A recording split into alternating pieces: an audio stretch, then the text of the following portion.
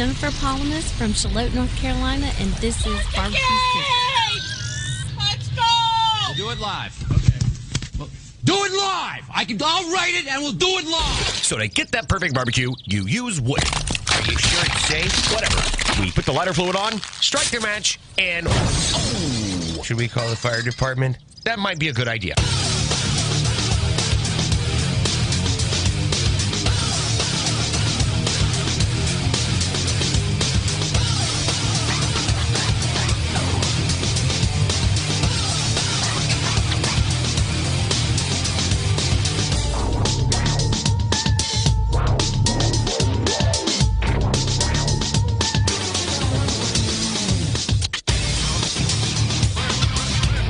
Good evening, and welcome to the Really Big Barbecue Central Show.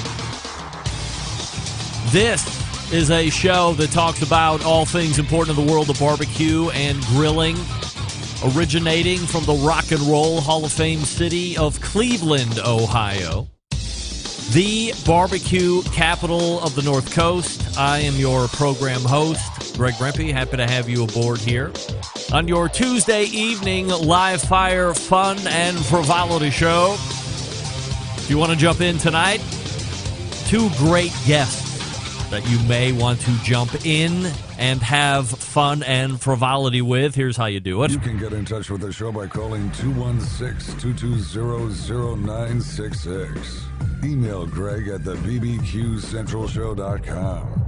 On the Twitter and Instagrams at BBQ Central Show. Anything else you want to find out about the show can be found at the main website, thebbqcentralshow.com. And here's what's happening. In case you get the newsletter, it is the second Tuesday of a brand new month. That, of course, means a regular visit from the creator of AmazingRibs.com. Meathead will be joining us, and we have a multitude of topics to cover this evening. We'll get the monthly update on rubs and sauces and how they are progressing, and if we are holding true to the last date given to us on release, which was January. A month later, we'll see if he's still on track.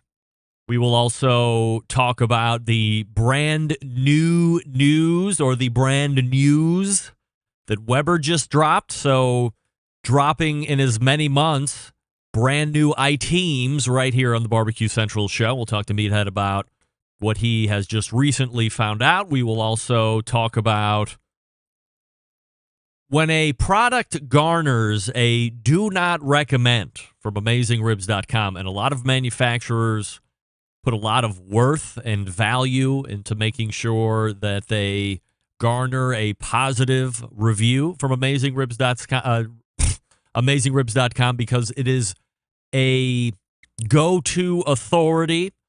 Manufacturers believe that if they get the backing of AmazingRibs.com, however unbiased they are, that puts them in a certain position in the market and will help move items and move units. But what happens when you get a not recommended or cannot recommend from AmazingRibs.com? We'll have that discussion with Meathead as well. Plenty of other stuff to get to. And I would encourage you, as I do each second Tuesday of every month, that if you've always wanted to talk to Meathead, this is the time to do it. Call in 216-220-0966, and we will put you up. You can ask your question directly to Meathead, or you can comment to me or to Meathead directly, and you will get our feedback. So Meathead in his usual first hour, then we will move to the second hour. We had a little programming situation on the guests. We had to reschedule a little bit. My second hour guest was slated for the 9:35 segment. However, we have moved him now to the full second hour. He is the pitmaster of Mo Cason Barbecue. Big Mo Cason rejoins the show. I believe in the newsletter I made a tremendous error. I linked Mo Cason BBQ with Big Mo San. Big, it's a tough time with the lips tonight, folks. I believe I linked it with Big Mo Cason BBQ, which, of course, is a bad link. And as many of you quickly pointed out to me, but I just can't go, I can't pull all that back and say, hey, I've made a bad link. How do I fix that? I'd have to resend out more newsletters alerting you to the bad link. I'm sure you could Google it and find Mo's website. I tried my hardest, but for some reason, Big Mo Cason just rolls off the tongue for me. So when I was writing the link, I wrote Big Mo Cason BBQ, but it's Mo Cason BBQ, the real working website. And we will talk to Mo in the second hour. Obviously, we will be leading with the article that is now, almost 2 weeks old, where within the reading of the article, you would find him taking specific shots at other barbecue joints in Des Moines.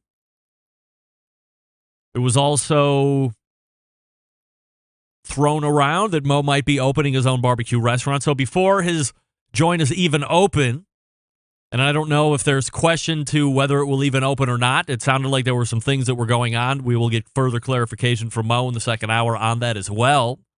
But before he even opened the door, there was a shot at a barbecue restaurant that is in the register's top barbecue restaurants in 2020. And then, of course, probably the more famous restaurant that a lot of us would know within the live fire community in Des Moines, of course, is Darren Khosravi with Smokey D's. So we'll talk to Mo all about it. Is he going to walk anything back? Is he doubling down? Was there misquotes? We'll get it all straight from Mo's mouth, and then you can further make your determinations from there. We were going to have Jackie Taylor, which is completely off the board when it comes to barbecue and grilling, but she had some other things that she wanted to handle this evening, which I completely understand. This allows me to make sure that we're not rushing through any of the Mo Cason stuff because we want to spend the time with that and make sure that we get through all of that. And we will reboot Jackie down the line. And that's going to be a great interview. I'm telling you right now, it's not barbecue and grilling related.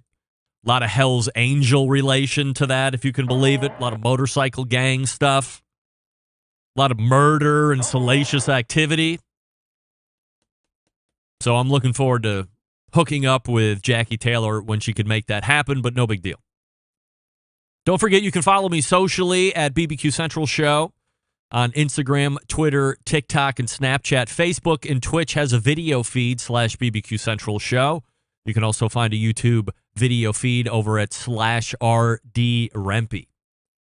It is February 9th, so 2 days ago finds the official anniversary of the live version of the BBQ Central Show. 13 years right here doing the live fire show, now breaking into its 13th year.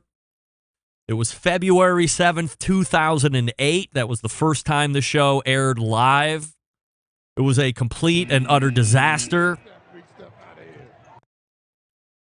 But there wasn't a lot of live shows covering the live fire industry at that point. I believe there were 0 shows outside of Mr. Barbecue, Bruce Bjorkman, who was on regular radio. I'm sure there were some other barbecue radio shows, but not nearly doing the type of show that I had envisioned at the time.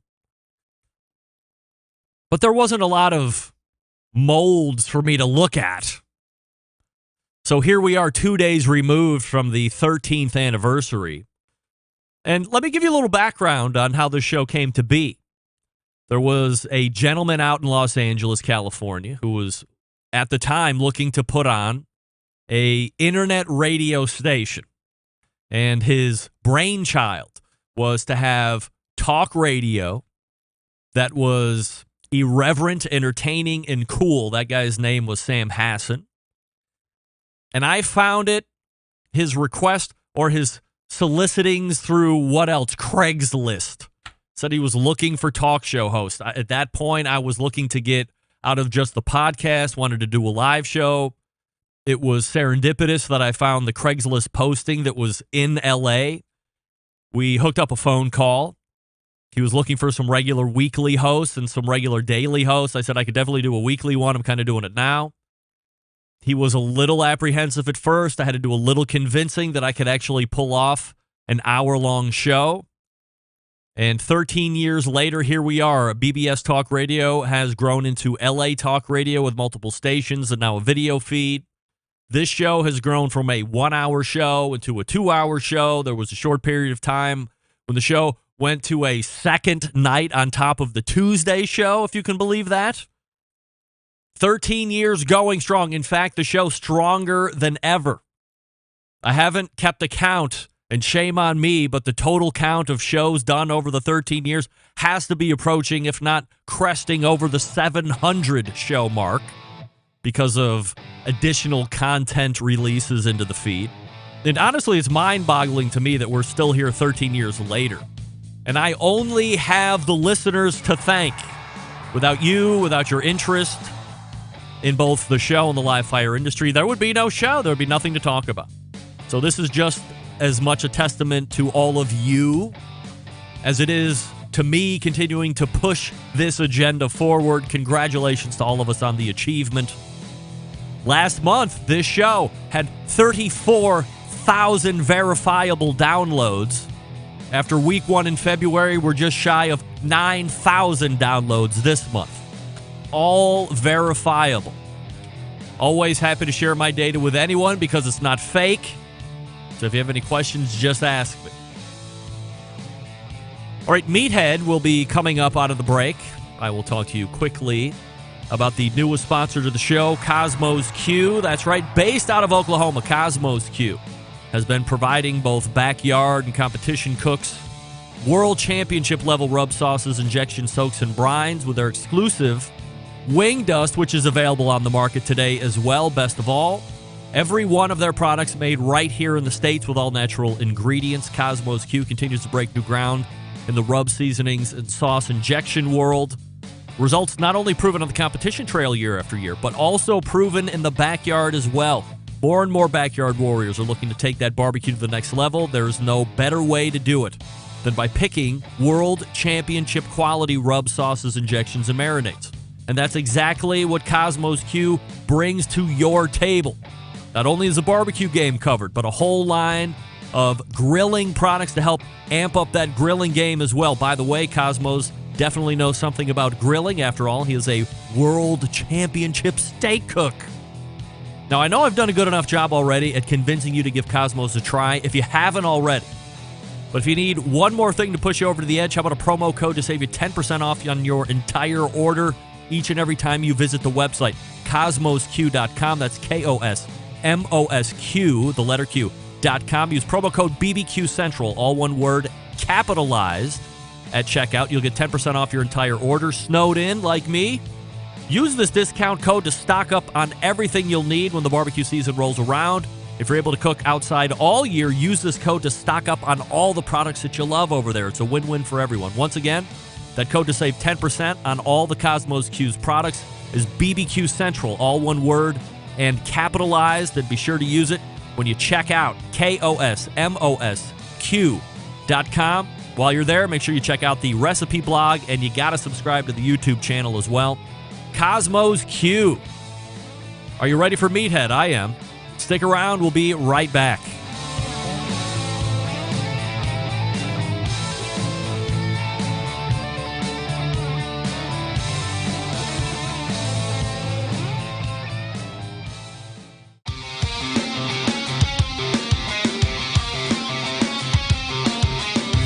Broadcasting live from the Barbecue Central Show studios in Cleveland, Ohio.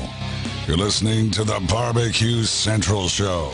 Once again, here's your host, Greg Rempe.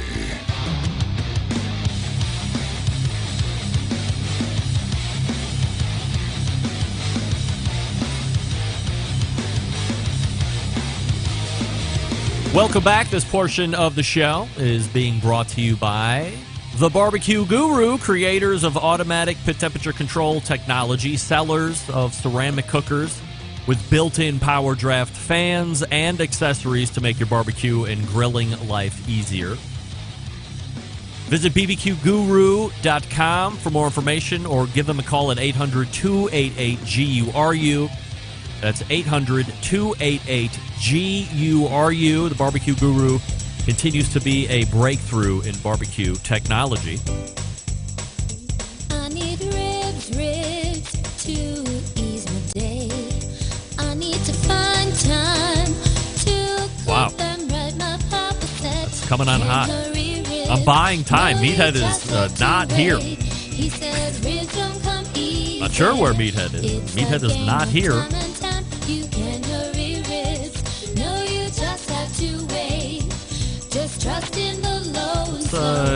Go ahead and send him a quick text message. How many boiled slabs must I stand before I find the crunch to let me live again? Right now, the only thing it's Tuesday, right? that keeps me hanging on is a memory of smoking is down to the bone. And remember, Mama said. Oh, right. No, you just have to wait. Smoking Joe's barbecue pit was like, no, turn it off.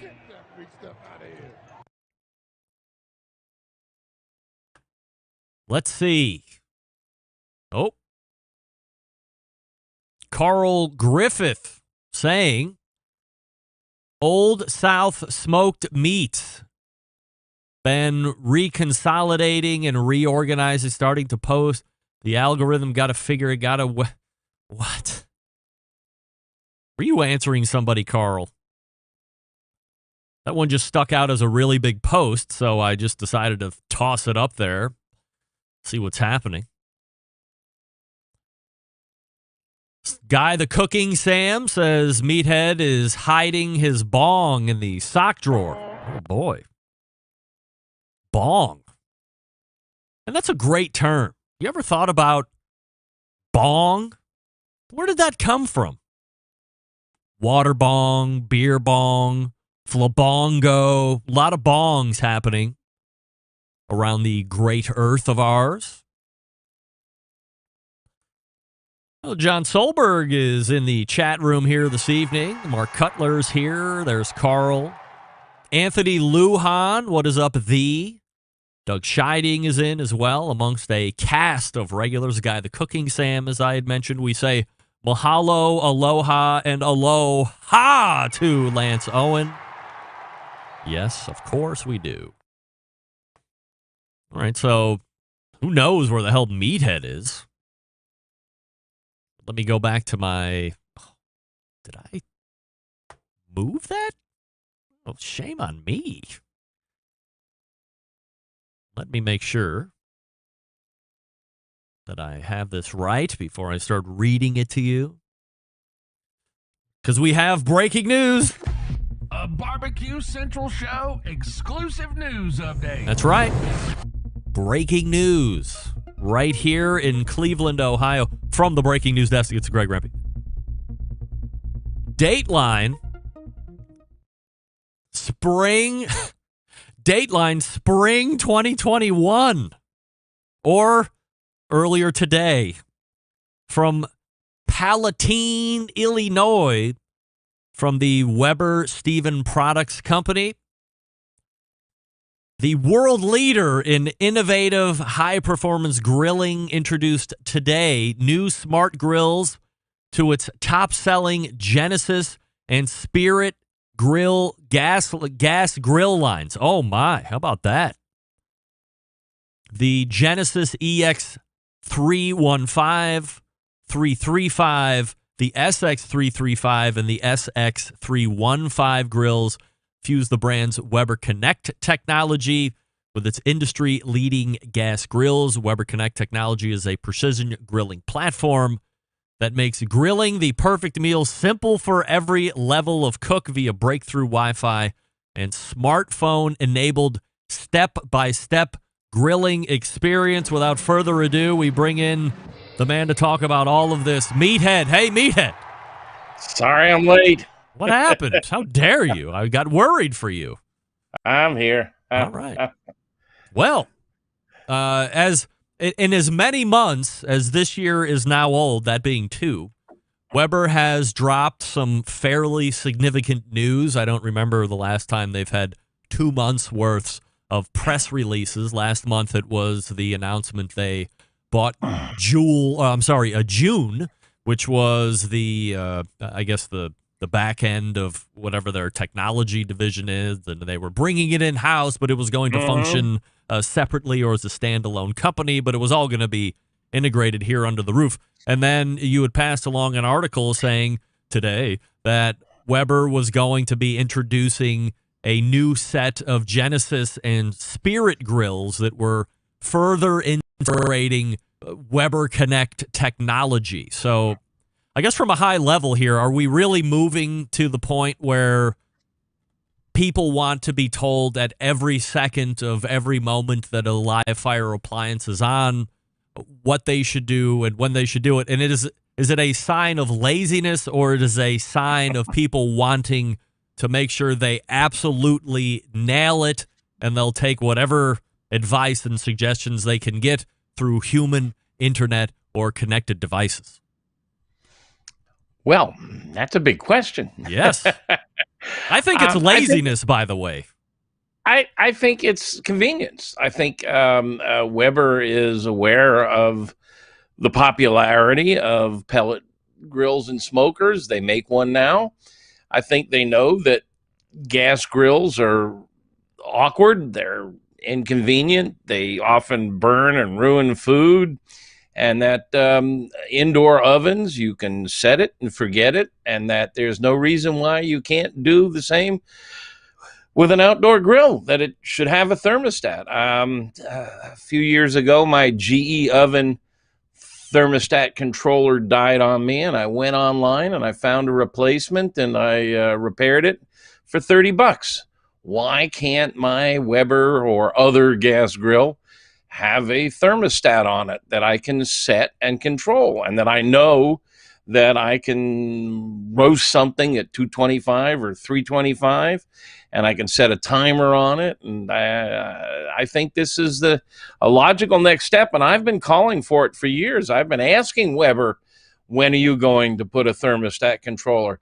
Now they've gone the iPhone route. They're connecting it to the app, and you can control it from there. I think this is just a natural progression. I think in another 5 years, most gas grills will be thermostat controlled. In fact, charcoal grills, which are more crude than gas grills, charcoal grills have had thermostat controllers for years now. The Barbecue Guru, and then the many imitators. There must be at least 10 or 15 in our database of the charcoal grill thermostat controllers. So I think this is absolutely the march of time and the way it's going to go. You made a statement a couple minutes ago saying that the gas grill is inefficient or difficult to deal with. Inconvenient. Is it? Inconvenient, yeah. I mean, is it really? You turn it on. Maybe it takes you some patience, 3 or 4, maybe 5 times to play around with the knobs and see where your temperatures are at. But really, once you have that experience down, it's not that hard at all. And I would say that while the charcoal grill is, as you put it, rudimentary, it's almost even easier to operate than a gas grill, because you have you can set up 2-zone cooking that you are a huge fan of, and we could talk about that later. But I don't mind technology. I don't mind advancements and all of this other stuff. But some things seem like they could just be left alone, because in reality, it's really not that bad if you would take a few minutes to learn how to, what do we always say? Learn your cooker. And then, teach a man to fish, right? A gas grill is really easy to use if the temperature stays 70 degrees and it never rains and it never snows. And if you cook everything at the same temperature. Let's go back 50 years when everything was charcoal. And then somebody came along and invented the gas grill. And Gregorius Rempius, your ancestor, sat there and said, "We don't need this new technology." Totally agree, by the way. That guy was an absolute genius back then. He probably had a talk radio show where he was talking into a stick or tin cans with a rope. But, it's really true. We don't need anything more than a charcoal grill, and certainly I understand convenience, as I'm saying. But I mean, how much more minutia convenience are we getting with connected devices and apps saying, okay, flip your steak now? Well, we may be going a little far sometimes, but I think, meat's expensive. People go out and they buy a great ribeye steak and they want it to taste great. And it's embarrassing to bring a steak in and serve it to your boss or just your family, and it's overcooked. It costs you money. It's embarrassing. People want their food to turn out great. They want to be able to make steakhouse steaks at home. They want to impress their friends and neighbors. And this is 2021. This is the age of technology. I heard these same kind of arguments when I launched AmazingRibs.com way back in 2005, I think it was. And I was preaching, get a digital thermometer, you need a thermometer to know how your food is doing. And while you're at it, get another one to tell how hot your oven is so you know what you're cooking at. And macho guy, I don't need a thermometer. I can just poke it with my finger, right? That's ridiculous. I mean, everybody uses thermometers now. In fact, some of them are pretty damn complex. Do you want to go back to the age of the horseless carriage? I hear about these. Every time I recommend a gas grill on social media, some schmagegi pops up and says, "Oh, you might as well be cooking indoors." That technology, like you go out and dig a hole in your backyard and throw logs in there and start it on fire and you cook your meat on that. No, you've got a steel device. You've got a metal tube. That's technology, dude. It just keeps marching, and this is the next logical step. And the urgency came from the pellet world, and it's long overdue. And I think you'll see it all over in the next 5 years. Meathead from AmazingRibs.com joining me here on the show, just to give you a little further insight as to what this Weber connection is going to offer you. Synchronous grilling results through a digital display on the grill. Outdoor cooks can tap into Weber Connect technology, precision and accuracy with easy-to-use visual dashboards and charting and recording their cooking experience, real-time food monitoring and grill notifications, instant flip and serve readouts. For instance, in-app alerts let grillers know when to flip their food and when it's the perfect temperature to serve. You have step-by-step grilling assistance, Wi-Fi connectivity, grilling inspiration. I wanted to flip the steaks for me. Yes. I mean, why? When are we getting there? Yes. Can it give me a reach around too? Yes. So, all of this, I agree, is where obviously everything is headed. If you look at the pellet portion of this, and Weber is certainly a part of this whole pellet portion, but it has been a race to get to apps. It's been a race to get to cloud and all of this other stuff. So much so that a sponsor of this show, Green Mountain Grills, a former sponsor of this show, Traeger, are now in court because Traeger is claiming that they have patent on cloud-based controlled of cookers. And, my concern is that if for whatever reason this is upheld in court down the line, that not only is Green Mountain Grill going to be in a really bad situation, but that could then open up Traeger to go after any other company that makes like Weber app and cloud-based monitoring and controlling. Absolutely. Like Weber, like Danson's, like, everybody else that has something along these lines. So as far as that's concerned, do you think that that's something that might hold up in court whenever that day is found? I'm not a lawyer, obviously, and I don't know, but I can observe this. Apple Computer invented the iPhone, and Samsung and LG and a million others came along and built a device that looks a heck of a lot like it, right on down to the little icons on the on the screen, and the where the buttons are, and the cameras, and the functionality, the look and feel.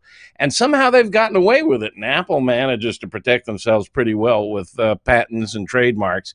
So I don't know how that world operates, but I think that if Samsung could basically clone the Apple phone, I don't know how Traeger is going to stop Green Mountain or others from their version of cloud-based apps and controllers.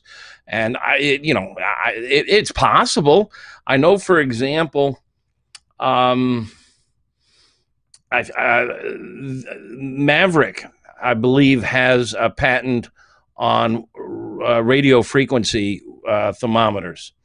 And that has caused a real problem with a lot of the other thermometer manufacturers who want to have wireless controllers, and they had to use other technologies. They couldn't use RF.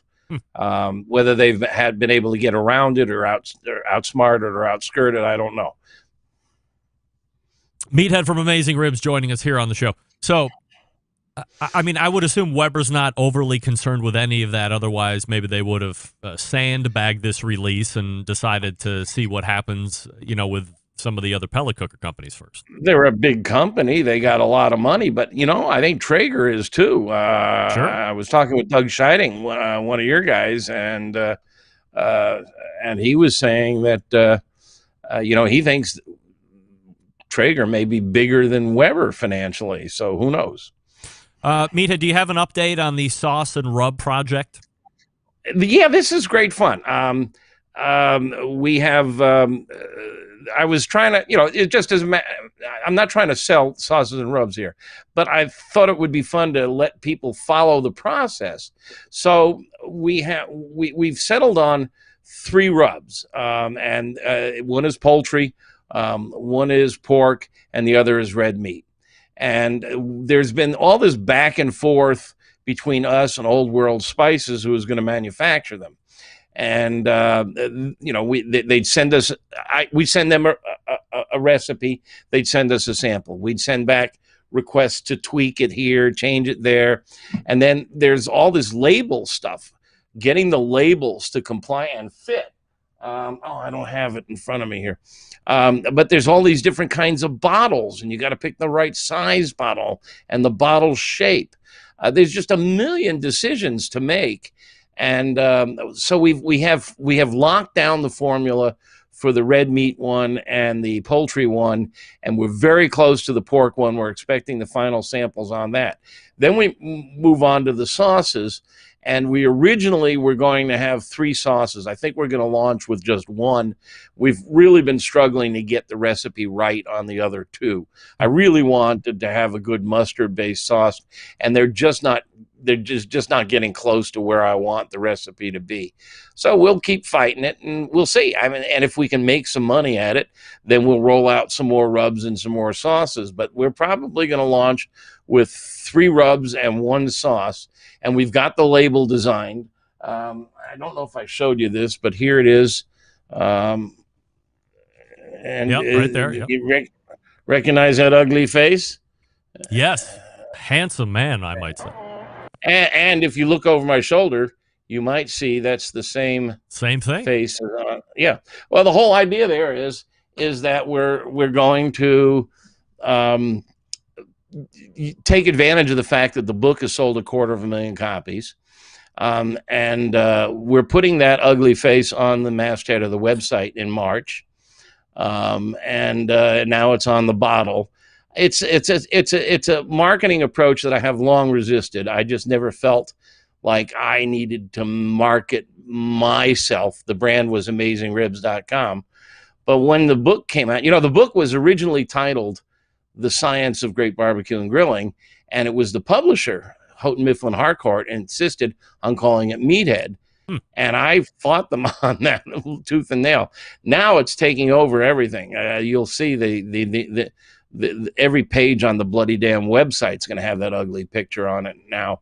But the idea is we have over 1 million people a month come to the website.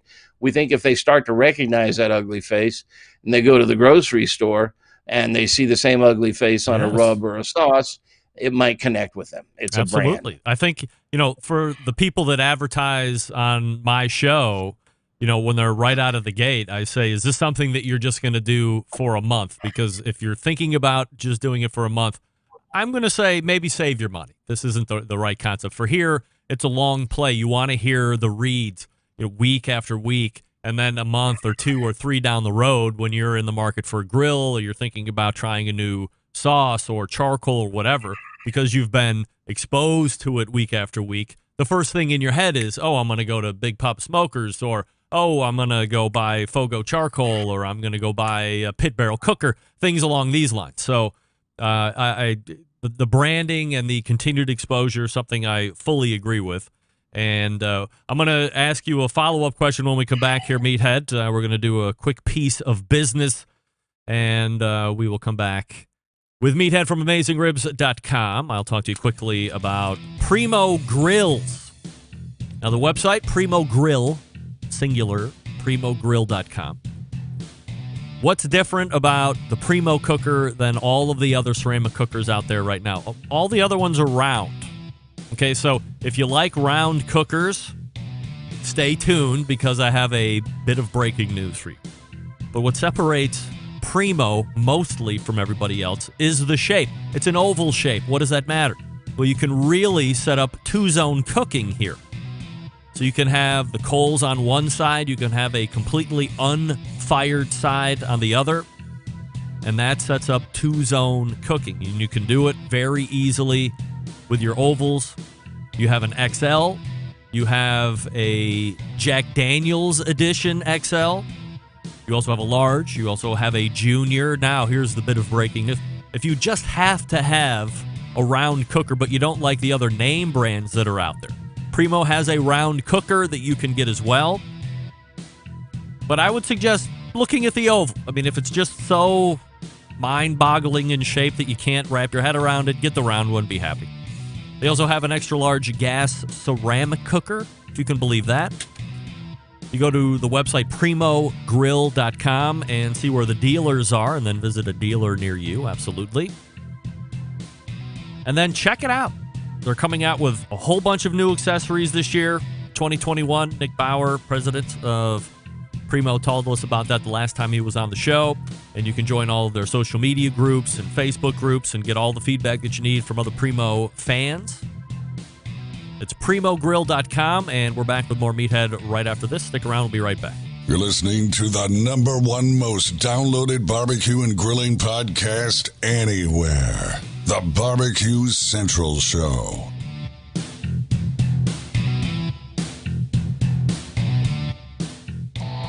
Howard Stern, Jim Rome, Dan Patrick, and Greg Rempe. The Mountain Rushmore of talk show entertainment. Now, let's get back to the Barbecue Central Show. This portion of the show being brought to you by cookinpellets.com, your #1 source for quality wood pellets for all your pellet-driven cookers. Visit cookinpellets.com for more information or to purchase. You can also visit amazon.com to purchase as well, but I would suggest going to cookinpellets.com first. That's COOKIN pellets.com. Meathead, what's going on? I got this cool new camera that's supposed to be able to zoom when I hold my hand up, and it's not. You had a question already coming out of break. I didn't want to leave you hanging there. I mean, you're fully focused as far as I'm concerned. It's supposed to follow me. Look at that. It is following me. Look at you. Wow. This is the age of technology, Meathead. Oh, my goodness. How about that? Hey, you got me into it. You're the one who convinced me to buy this fancy microphone. How do I sound tonight? You are in the sweet spot. That whole first segment, you're right in the sweet spot, which I appreciate, of course. I wanted to ask you one last follow-up question on the month, or on the rubs and the sauce stuff. So we're launching with 3 rubs, launching with the sauce. Where are we at from a launch date? I'd like to see them on the market in April, but that's out of my hands. Old World Spices is in control of the manufacture and label printing and distribution. So I have no idea. I'm really not in control of much of this. You're going to pay them money and you have no idea when this stuff is going to potentially show up? I mean, where is it even going?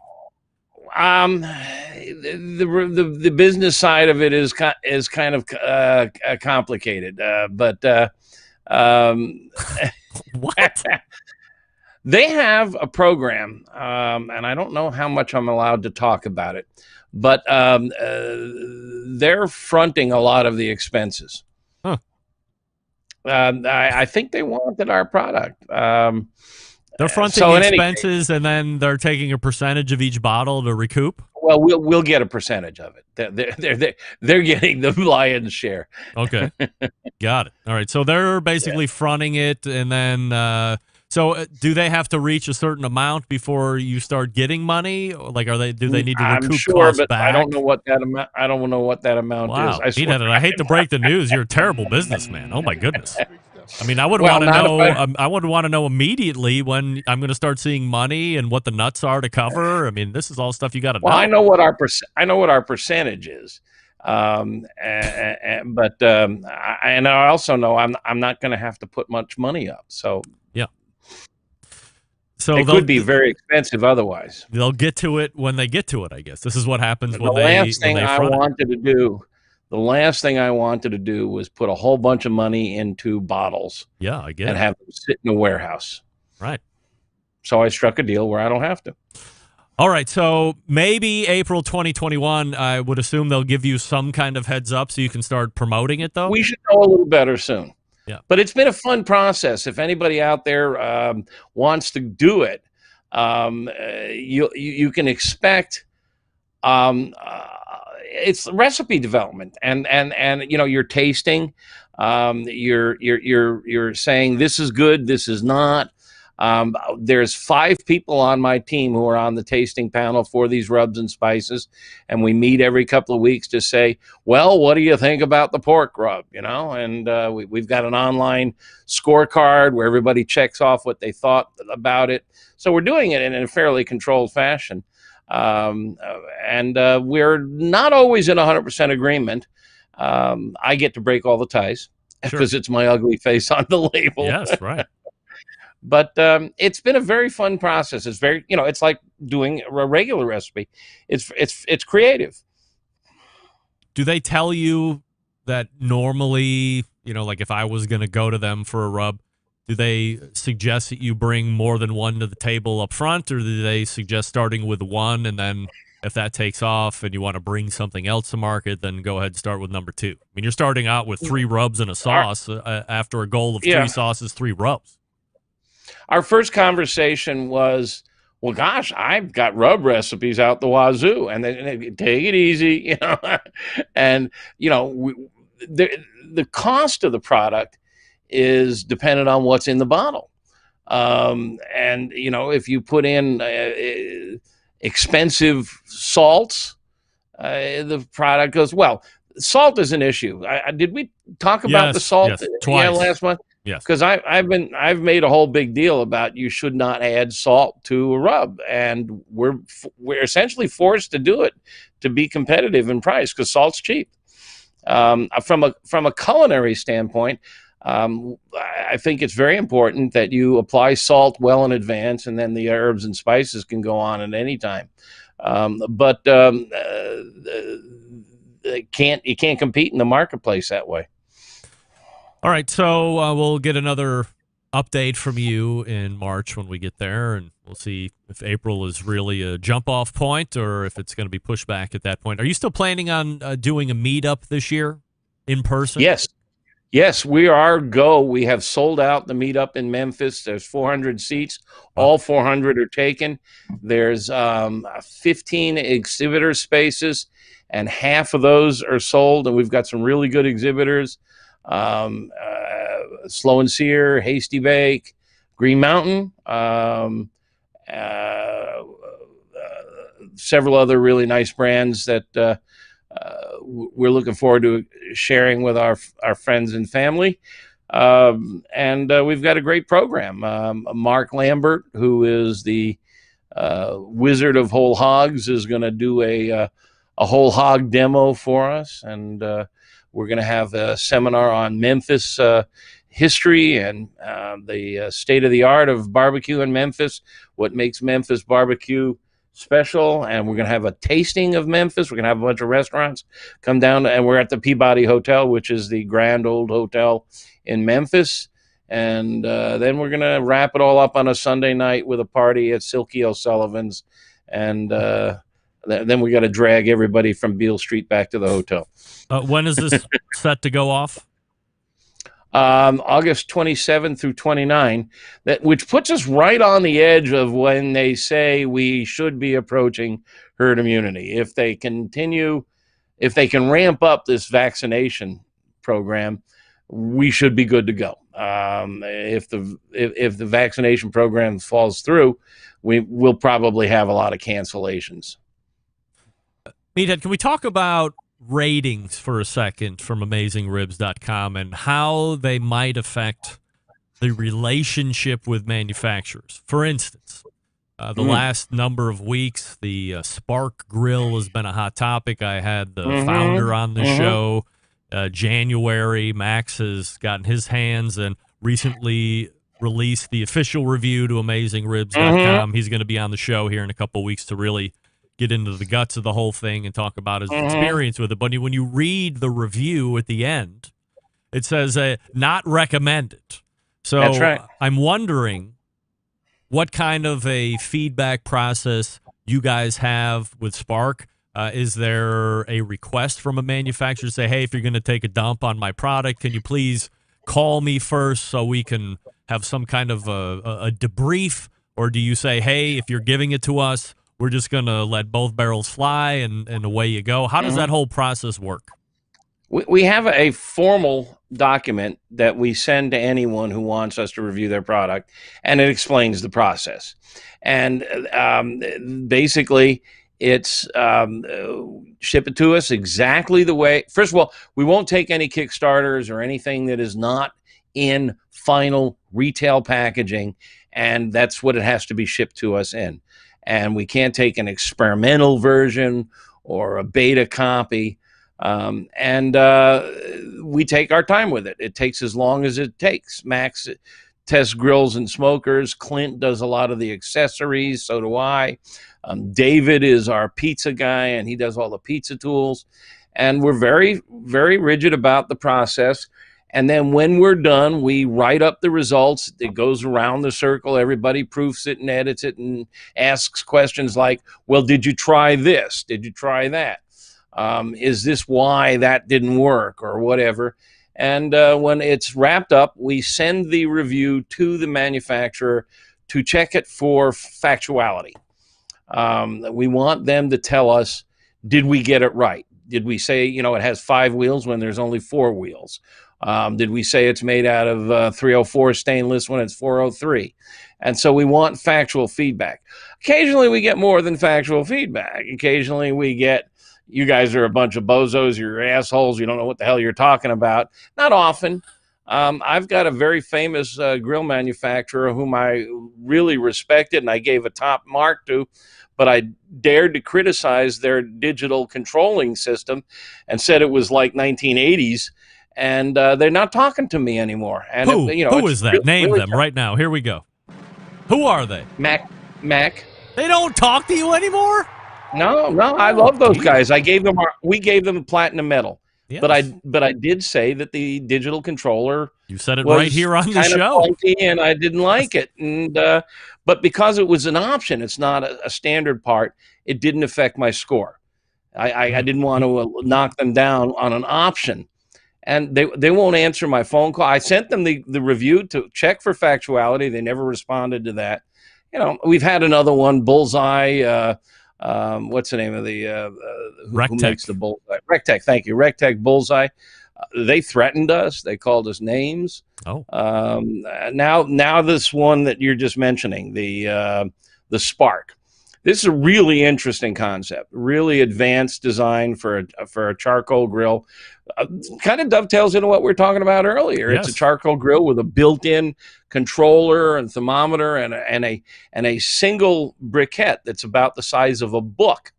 And unfortunately, it's not ready for prime time. And Max gave it a do not buy. And he sent it to them, and they responded like adults.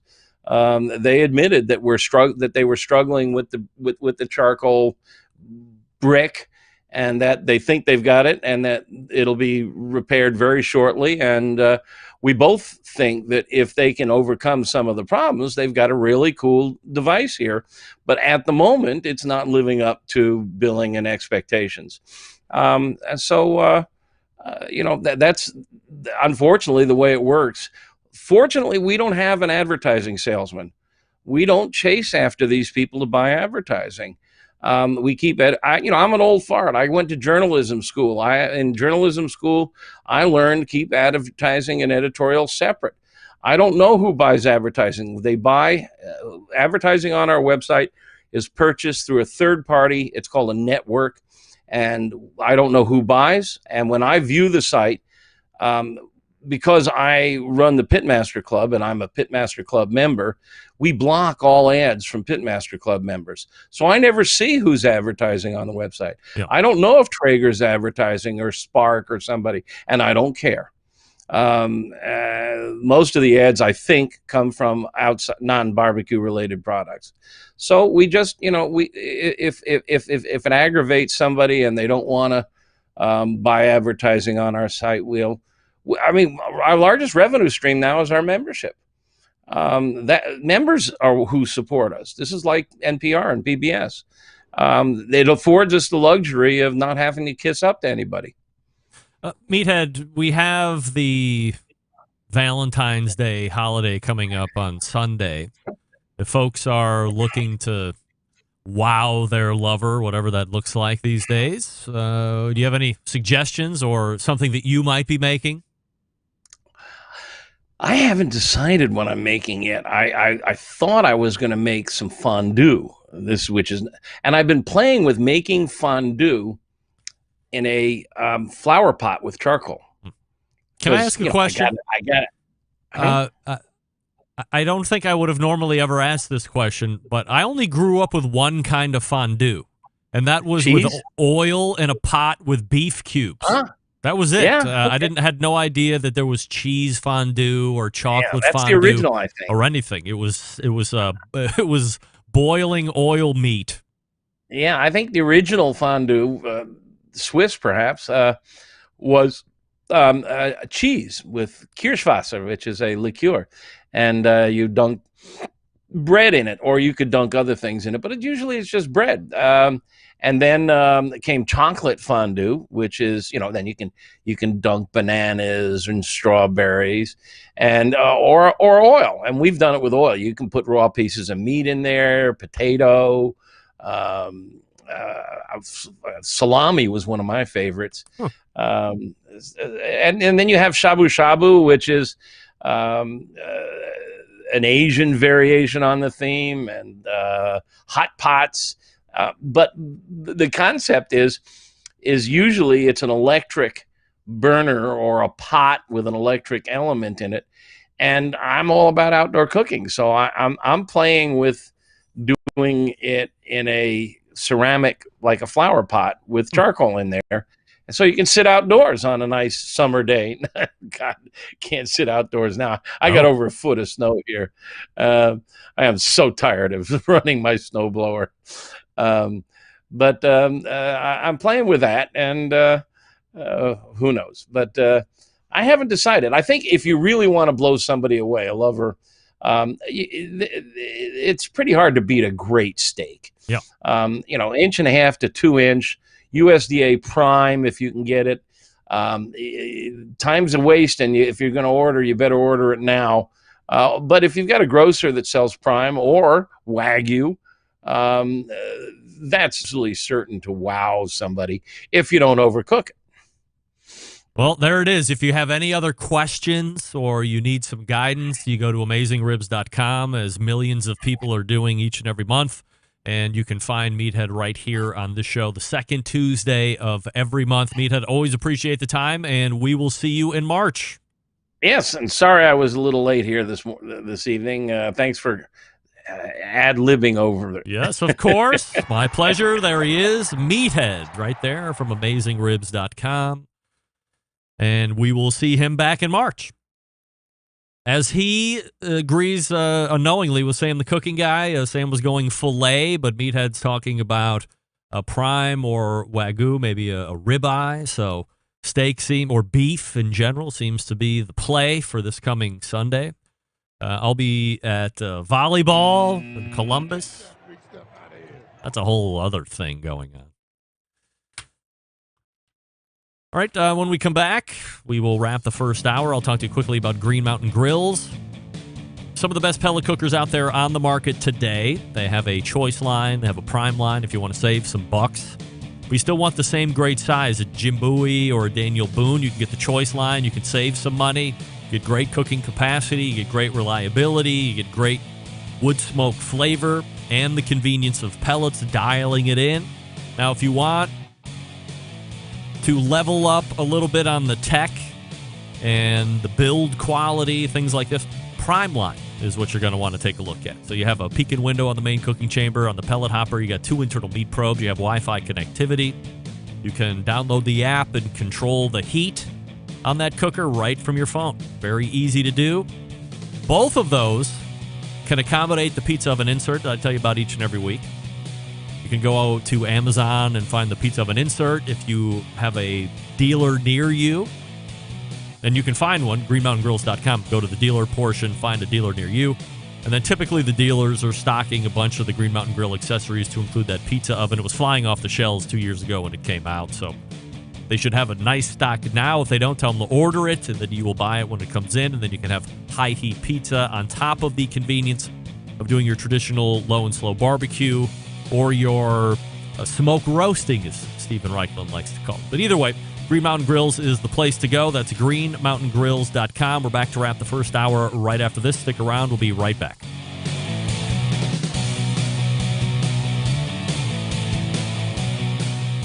Continuing to produce incredibly mediocre content in an exceptionally professional way. You're listening and watching the Barbecue Central Show. Once again, here's your host, Greg Rempe. Welcome back. This segment brought to you by Fireboard. Monitor up to 6 different temperatures simultaneously. Connect to Wi-Fi for cloud-based monitoring, or connect via Bluetooth. If you have Alexa or the Google Assistant in your home, you're in luck because Fireboard 2 is fully integrated with both. Find out more by visiting fireboard.com or call 816-945-2232. That's 816-945-2232. Fireboard 2, Fireboard 2 Drive, and Fireboard 2 Pro. Dan is, Dan is weighing in. National Pizza Day, by the way. That's right, I knew that. If time allowed, we were going to get into grilling pizza with Meathead. Time did not allow. So we did not do that. But I saw pizza all over social media today. It could be a better day for pizza where I'm at, like about 50 degrees warmer, maybe 70 degrees warmer. I think we made it up to 15, so I wouldn't mind an 85-degree day. I would take 60 degrees. I would take 50 degrees. I'd take 30 degrees. Thanks again to Meathead for joining me for the past 2 segments. I would love your input as well. As we were talking about at the top of his interview segment, Weber is coming out with even more connected gas grills, both in the Genesis line and on the Spirit line, alerting you when to flip or when you should be taking the meat off the grill, perfect temperatures, all that stuff. Is this part and parcel? Are we here now and it's only going to increase from here? Do you see this as being just a trend at this point? Or do you think that it will become even more aggressive to where you're basically just turning something on, putting something in, and then beep, it will magically do all the work for you, the flipping and the probing and all that other stuff, the injecting? By the way, Meathead is getting his book narrated. I think I saw a tweetle. All right, for Refresher Libations, we're heading to the second hour, whether you like it or not. You're listening and watching the Barbecue Central Show right here on the Barbecue Central Network. Stick around, be right back.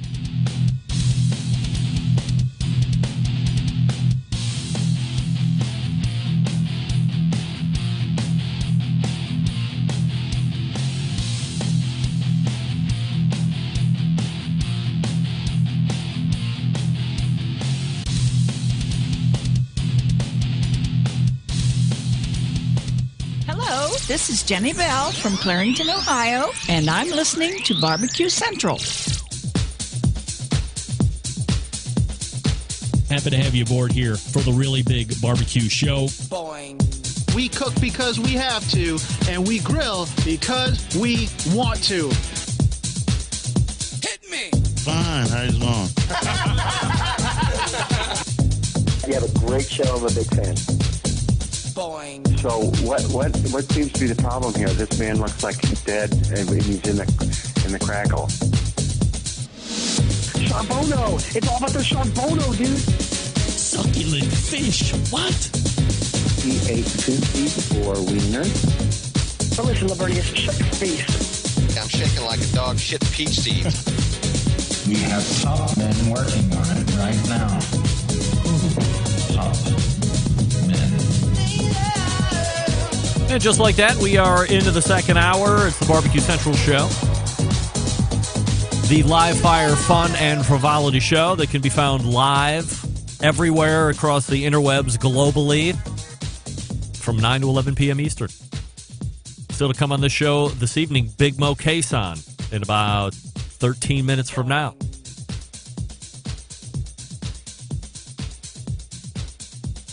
Don't forget, you can follow me socially at BBQ Central Show on Instagram, Twitter, TikTok, and Snapchat, /BBQ Central Show on Facebook and Twitch for video feeds. You can also get a video feed on YouTube, which is /RD Rempe.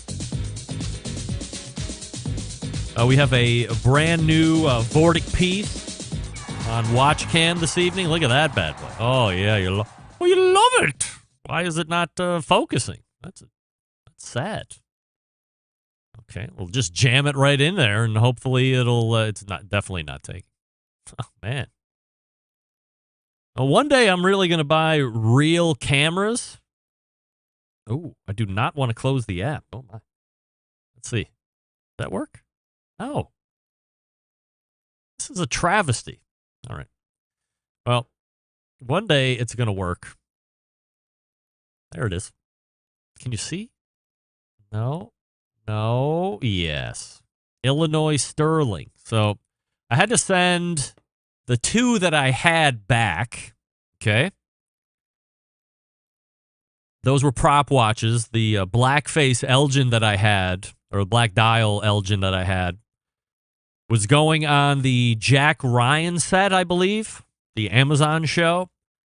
And the railroad watch they had earmarked for something else, and then they sent me back. So this watch is actually a, what were they calling it? A box watch. So one of their watchmakers, like, this is a test for them to see if they have the stuff. And he makes his bones here on this watch. Plus, this is a new brass-style case, brand new, so they're going to, they sent it to me probably for some length of time here so they can see how the case patinas over time. And then they can figure out whether they want to keep making that style case or not. But it's fully functional once again. As you'll hear in the read a little bit later in the show, Vortic makes these wrist watches, but this was a pocket watch originally in its first life.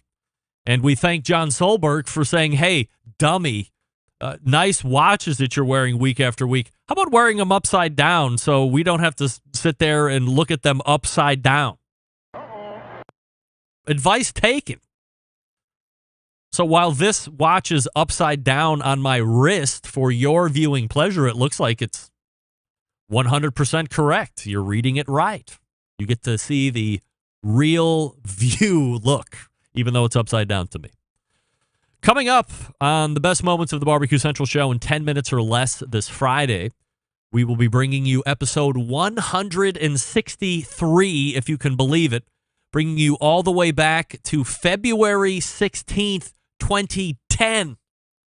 My mom, Connie Rempe, was a guest at that time, and she was doing a monthly appearance entitled Connie's Recipe Corner, which was a thing back in the day. That segment consisted of a full meal, appetizer, main dish, dessert. On deck for this segment was a buffalo chicken dick. What? They're from the country, everybody. A buffalo chicken dip appetizer recipe. A bow tie pasta with roasted red pepper sauce main dish recipe. And rounding it out with a dessert recipe called Next Best Thing to George Clooney, whatever that is.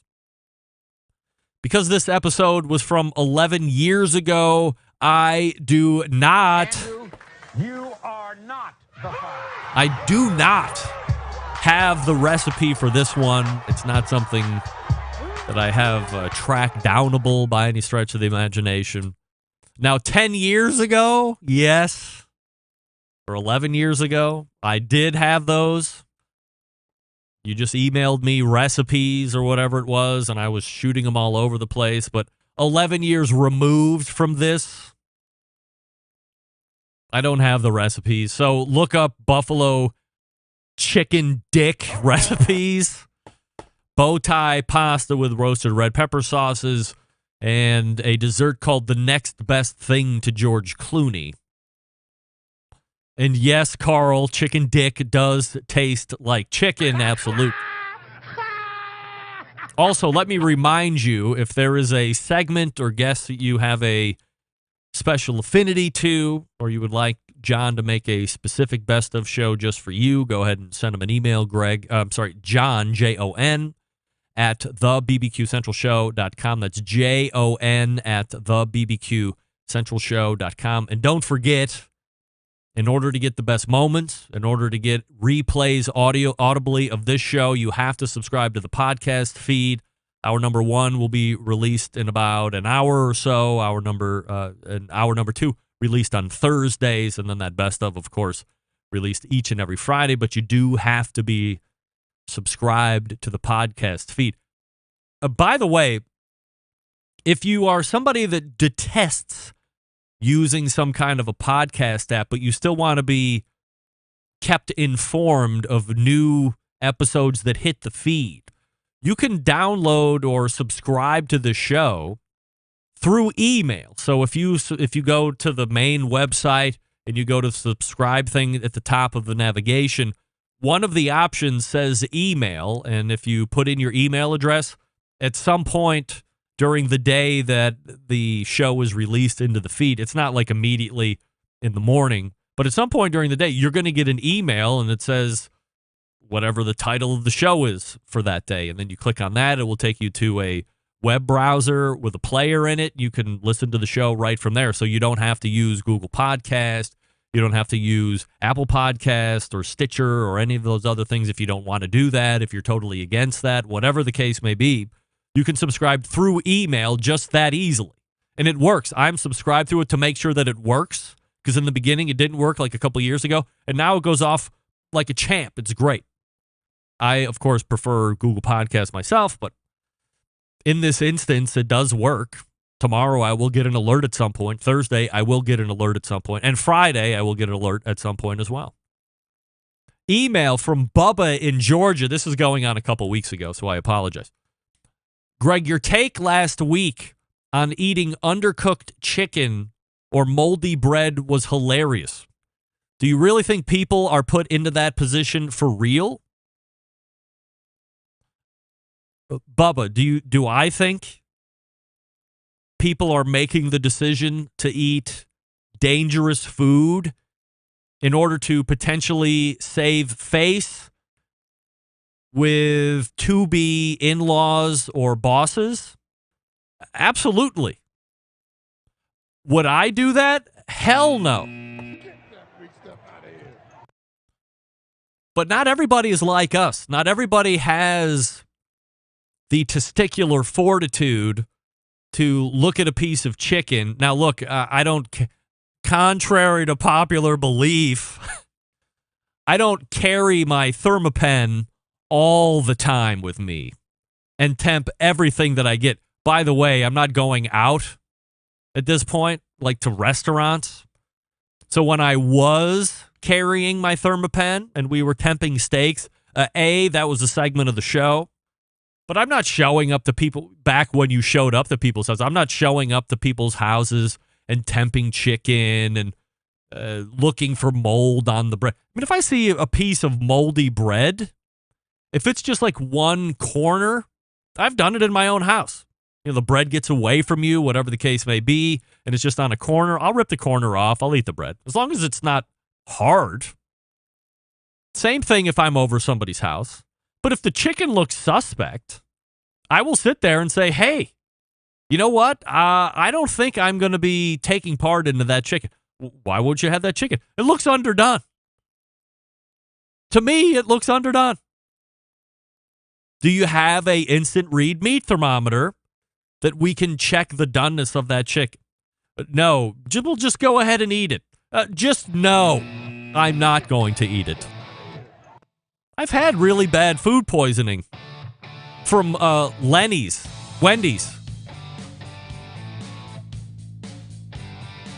It's not good. I had the food poisoning that I had was so bad from Lenny's.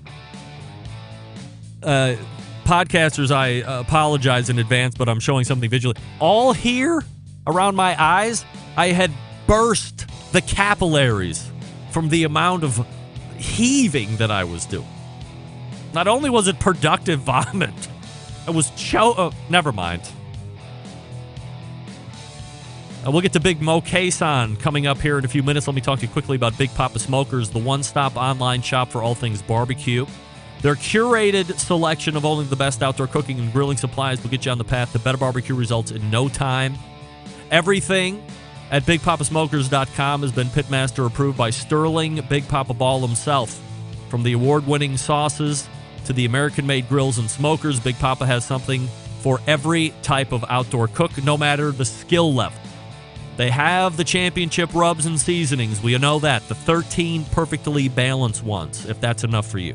They also own Granny's barbecue sauce. So if you're looking for something that's a little outside of the ordinary, or you're just sick of what's on the market right now, Granny's barbecue sauce, certainly something you're going to want to try. And they have the cookers. You know that's right. You're looking for a versatile smoker that's easy to use? Check out the Mac 2-Star General Pellet Cooker. Big Papa's the exclusive Mac dealer, even offering special packages. If you're not a fan of pellet cookers, okay. Try the Old Hickory Ace BP, the only charcoal smoker that Big Papa trusts on his competition trailer. Not sure of what grill you need? You can't go wrong with what they're selling over at BigPapaSmokers.com. If you have questions, call them, 877-828-0727. That's 877-828-0727. Or shop their website, BigPapaSmokers.com. That's BIGPOPPA Smokers.com.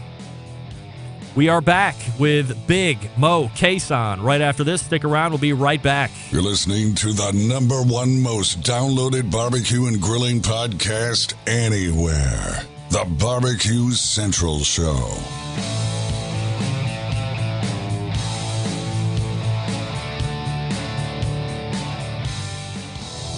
Monthly visits from a killer hog, a cooking guy, a man named Meathead, the author of Barbecue Bible, a grill girl, a bristly barbecue journalist, and the malfeasance of the barbecue world known as the embedded correspondents.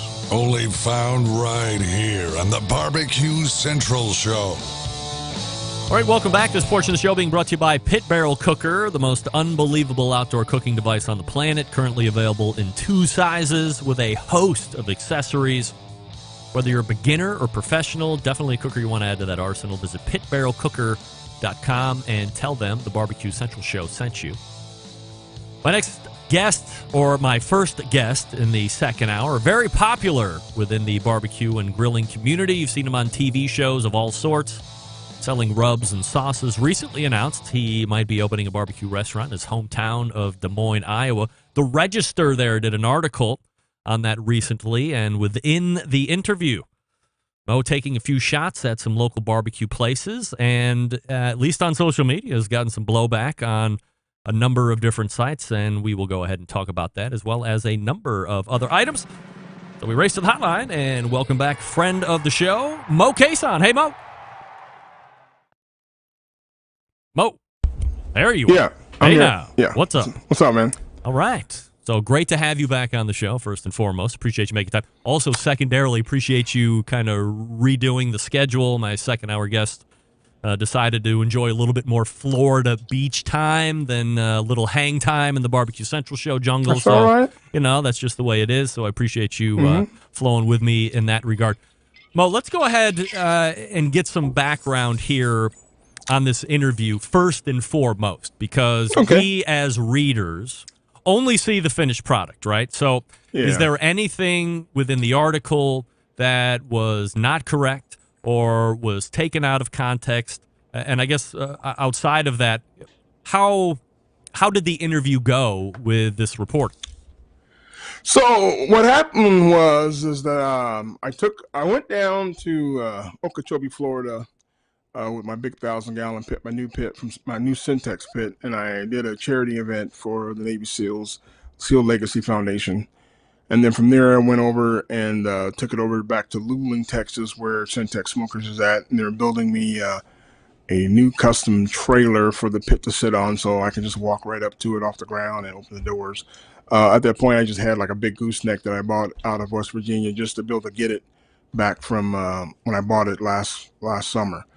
So I was on my way back, dropped the pit off, and was heading back to Iowa, and I got a phone call. I was probably getting ready to get in Oklahoma, and I had a phone call from a guy, a Des Moines Register reporter, and he goes, he asked me, he said, "Hey, I just got out of a governor's meeting, and I don't know if it's governors and city council guys and people and stuff, and they were kind of talking about plans in Des Moines."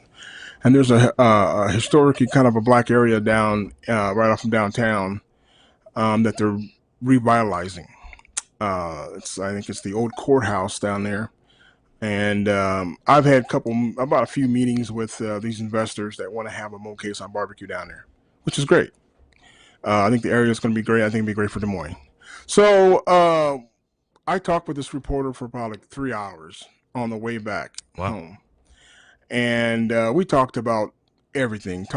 He asked me about how I came up, my family, my stint in the Navy, just everything I've done, TV shows and other opportunities I've had. And then we had a great conversation. I talked about my kids, my family, my mother, my grandmother. I just talked about a lot of different things. And one of the things we did talk about is he asked me what I thought about Des Moines barbecue. And I'm a very straight shooter. And I told exactly what the article said. That's exactly what I said. And I truly believe it. I mean, that's just my opinion. But I think I've been blessed to be able to go all over this great country and eat barbecue and cook barbecue.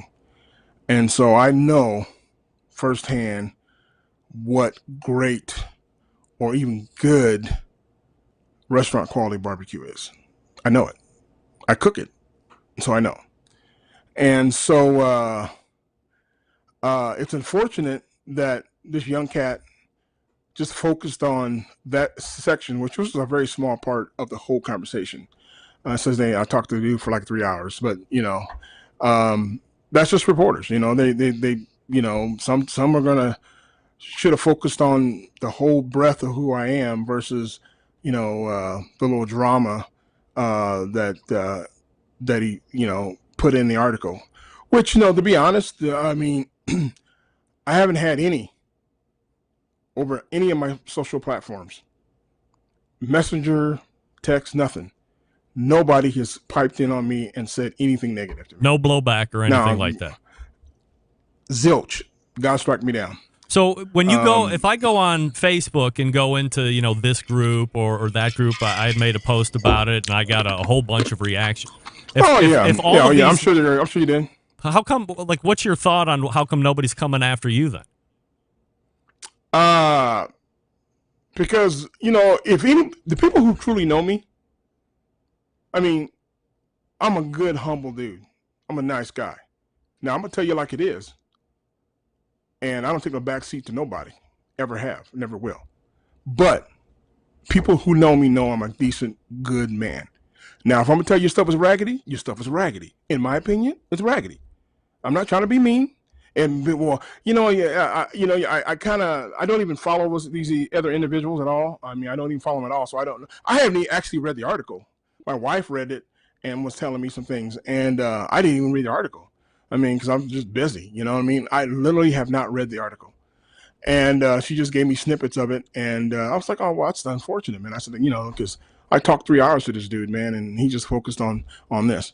And another thing I want to let people know: so I don't need to do any publicity stunts for a restaurant, okay? Because my food speaks for itself. I don't need to downtrod somebody in order to put myself up. I'm gonna get that clear with Mo Kason, because I don't do that, okay? If I'm telling you something about your food, it's because it's what I think about your food, period. You know what I'm saying? So I know that you get people out there pining, especially in social media. Believe me, I've got social media platforms, and they get in there, and I mean, I haven't even really seen anything, but I know it's out there. But there's just people that just want to heart, and those people that there's some people that I know because I've seen a couple things, but those are people that always was against you anyway. You know what I'm saying? It's one thing I learned about barbecue. 99% of the people out there in this barbecue community are awesome people. Awesome. Okay. But it's that 1% of folks that are not really good people. They may say they are, but they're not. They talk about people. They are into the drama. Why? Barbecue's huge. It's room for everybody. But you get people that hate on you, and I've learned this by just having the opportunities that I have. I've been very blessed for all the opportunities I've had, and they're still coming. Okay? Because I'm a good dude, and I know what the hell I'm talking about. Okay? And like I said, you could be the baddest dude in the world or baddest girl in the world, cook all kinds of trophies and everything. But if you don't communicate with the people, you ain't going to get that opportunity. Or you may not want to have the opportunity. Okay? So don't hate on somebody because they're having an opportunity to take care of my family. I got a wife and 4 kids, 2 dogs, and 2 cats. I'm taking care of business. Okay? Straight up. And nobody's going to come up and talk to me because they know they're going to come to my face and talk like that because they know I'll check them. And I ain't trying to be mean, but that's just how I am. Anybody who knows me, I don't take a back seat to nobody. Okay? I come from the womb of Mary Kason, and she came from the womb of Margaret Kason of 17 kids. Okay? So I'm not taking a back seat to nobody. I don't care what you want. That means nothing to me. Okay? That only matters to you and your immediate family and friends. Okay? Or anybody else that wants to be a fan of yours. That's fine. Okay? I've got trophies too, but I don't sit there and brag about it. I don't sit there and say, well, I won more than you have. I've had that happen to me. Well, guys come up, I won more contests than you have. Why are you getting an opportunity on TV and I don't? I said, well, you got to look at yourself. I don't know why. I just been very blessed. Okay? That's all I can say, man. Don't hate on me because I get an opportunity. If I connect with people, I connect with people because I keep it real. And I know how to cook. So, it's just been awesome for me, man. So like I say, 99% of the people out in this world in competition, barbecue period, it's just a wonderful crowd. Okay? They're just great people. And that's what I am. I'm just a good guy, man. But believe me, you come to me crazy or sideways, I'm going to let you know. You know what I mean? I'm not going to, cower or cow down to nobody. There's no man walking on this globe that's above me. Nobody. Mo Kason joining me here on the show. MoKasonBBQ.com. Let me get that right because I effed it up in the newsletter, which I apologize. MoKasonBBQ.com. Mo, do you really want to get into the restaurant business? Oh, I've always wanted to. I could have had a place. Yeah, because, here's how I look at it. The COVID was devastating for a lot of restaurants. It really was. I just looked in my neighborhood, some Brazilian steakhouse just 6 blocks from me. Awesome, I thought. But because their margins were whatever it was, as soon as that COVID came in, like a freight train, they're done. They pulled up, closed up shop. And a lot of restaurants closed up shop. Yep. So you got to look at it as an opportunity to be able to start something new. I'm about to be in a position to where I'll have the opportunity to be able to dabble into that. I've always wanted people. I just get it's so gratifying when people eat my food and my sides, and you can see the joy in their face. That means the world to me. You know what I mean? When I drove my rig all the way down to Okeechobee, Florida, 1,000-gallon stick burner at 10 miles a gallon from Des Moines, Iowa. Okay? I could have took the easy route. I never have been that guy. Could have cooked ahead of time and brought it in a bunch of coolers and stuff. That's not me. Okay? When I got there to that place, my pit sat out there in the yard. I fired that thing up at 2 in the morning. I knew it's going to be a 12-hour cook. I was cooking briskets, cooking beef ribs, and cooking pork butts. And I knew that it was going to be about a 12-hour cook on that 1,000-gallon pit because I know that pit like the back of my hand. And sure enough, meats went on at 5 a.m. Dinner service was at 7 p.m. the next day. Meats were coming off at 5 p.m. the next day. Put them in, wrapped in butcher paper, put them in the auto sham, set it at 170. They just stayed in stations until I started processing them right before serving. That is knowing what the hell you're doing. And then having people eat your food and blowing their mind. Blowing their mind. Multi-millionaires coming up to you, wanting your number. I've never had barbecue like this before. This is outstanding. That I'm already scheduled to come back and do the thing next year. And do another thing here in Houston this June for the same Navy SEALs foundation. So it's like when you know what the hell, how to cook. Like I said again, you give me 2 cinder blocks in a rack, I'll make it happen because I know how to cook. Okay, because I learned by being self-taught. Okay, I come from a rich family of cooking. Taste, texture. I know these things. That's why I make my own rubs. That's why I make my own sauce because I know, and they do great because I know. Okay, when people enjoy your food, you see it. Well, is there a difference? It garners you. Is there a difference, for you to take this trip down to Florida and cook your food, as you were saying, everybody's like, is there a difference, though, in opening it up to a restaurant where you're going to have to be there every day? And as you have said, you're a micromanager of food and, all yes. this. I mean, will things change at that point? It's methods. People talking about, running a restaurant's different than running competition. I know that there is, but it does not mean you still can put out amazing barbecue every day in the restaurant. Look at my boy John Lewis. Okay, look at all the guys I know. Look at Bob McGee down in Q39 down in Kansas City. Look at Ronnie Killen down in Houston. I mean, there's a litany of them that put out consistent badass barbecue every day. Okay, I can sit up under the easy up on a 3-day stint of vending barbecue, and everything that comes off my pit, it's got to be banging. The guys who work for me and the gals who work for me, they know. Do not take a damn rack of ribs off of there unless they're spot on, texture-wise. You don't just rack everything off because you got 4 hours on them. That's the problem. That's the disconnect, okay?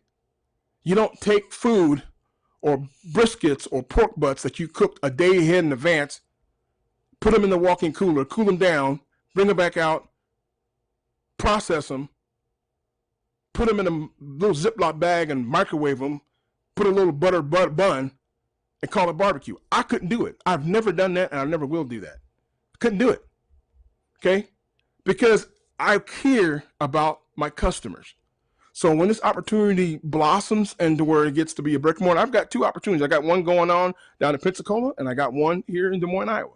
And I'm going to tell you, when I cook, it's all about your method. It's all about your seasonings and knowing how to cook and putting the effort in. You think Aaron Franklin's cooking ahead of time and reheating? Hell no. He's coming in at 2 o'clock or has his boys coming in at 2 o'clock, keeping those pits fired up and putting that meat on. Okay? That's the difference. That's separating the wheat from the chaff. Okay? That's people making great barbecue or people making average or subpar barbecue because they just want to make $1. I'm not about that. I can look my mom in the face. But when we talk about the restaurant opportunities, you mentioned Pensacola. I don't know anything about that, but as I read through this article, One of the things that jumps out to me as this guy is writing it, I mean, it seems at this point, and I don't know how up to date this article is with what's actually happening from a business standpoint with you, but it seems pretty far from getting off the ground. In the article, it says there's still funding that needs to be secured. Their place still needs to go through some renovation. So, I mean, you're a guy that knows some business here, maybe like to gamble a little bit. What kind of odds are you placing on this thing actually coming off? Actually, the odds are good because like 50-50 good or like 90% good?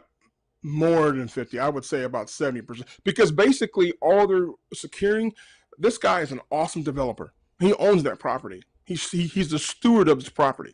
This is a historic piece of property. It's the old courthouse. And there's funding, government funding to revitalize this area and redo this beautiful, I don't know, 1898, whatever buildings, beautiful building. I actually have a walkthrough on the 18th of this month.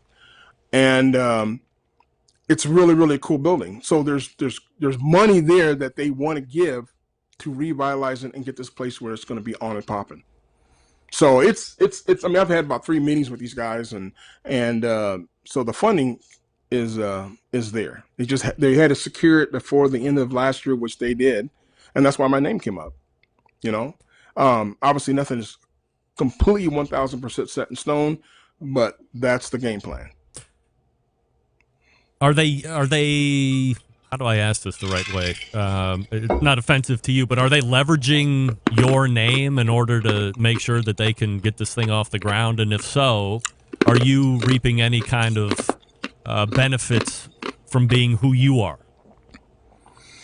The way I got it set up and the way I'm going to have it set up with my lawyer is that it's, I'm going to write the menu, equipment, but I don't have to be there for the day-to-day staff, and I'm get a percentage every month. That's what I want. They asked me how far did I want to go, how far I want to do it. That's what I do because it frees me up to be able to go to and do other things. But believe me, the methods and I'm already got guys that called Doco Company in Des Moines. They do my chicken barbecue pizza, which is killer. They're going to be a partner in it, and and so I've got another person that's also an investor and wants to be a part of it. So it would be on a point. I would be there making sure everything is spot on. And once I feel secure that, and they would do the hiring, they would do the firing, they would do the staffing, they would do the day-to-day, but I would be there a lot. Okay, I can walk in anytime, make sure it's on point. So, but isn't this where you potentially open yourself up? If you're not there, if you're not the one that's always cooking and doing the micromanaging, I mean, I get it. There's giving responsibility and there's a bigger word that I can't think of, delineating so if it goes south, in the beginning it's going to be you, but what about 6 months from now and then something changes and you're in Berlin or doing or on a TV show or whatever, your name is the one that people are going to see the most, right? That's true, but that's about having good methods and good practices. It is simplistic in a sense that I know people who have restaurants, and I've heard, and I know people, friends of mine who have restaurants, and it is hard work. And I know that it's all about your staff. It's all about your staff. It could be as simple as a sticker on the smoker, say the old hickory rotisserie. Add a stick of hickory at this time.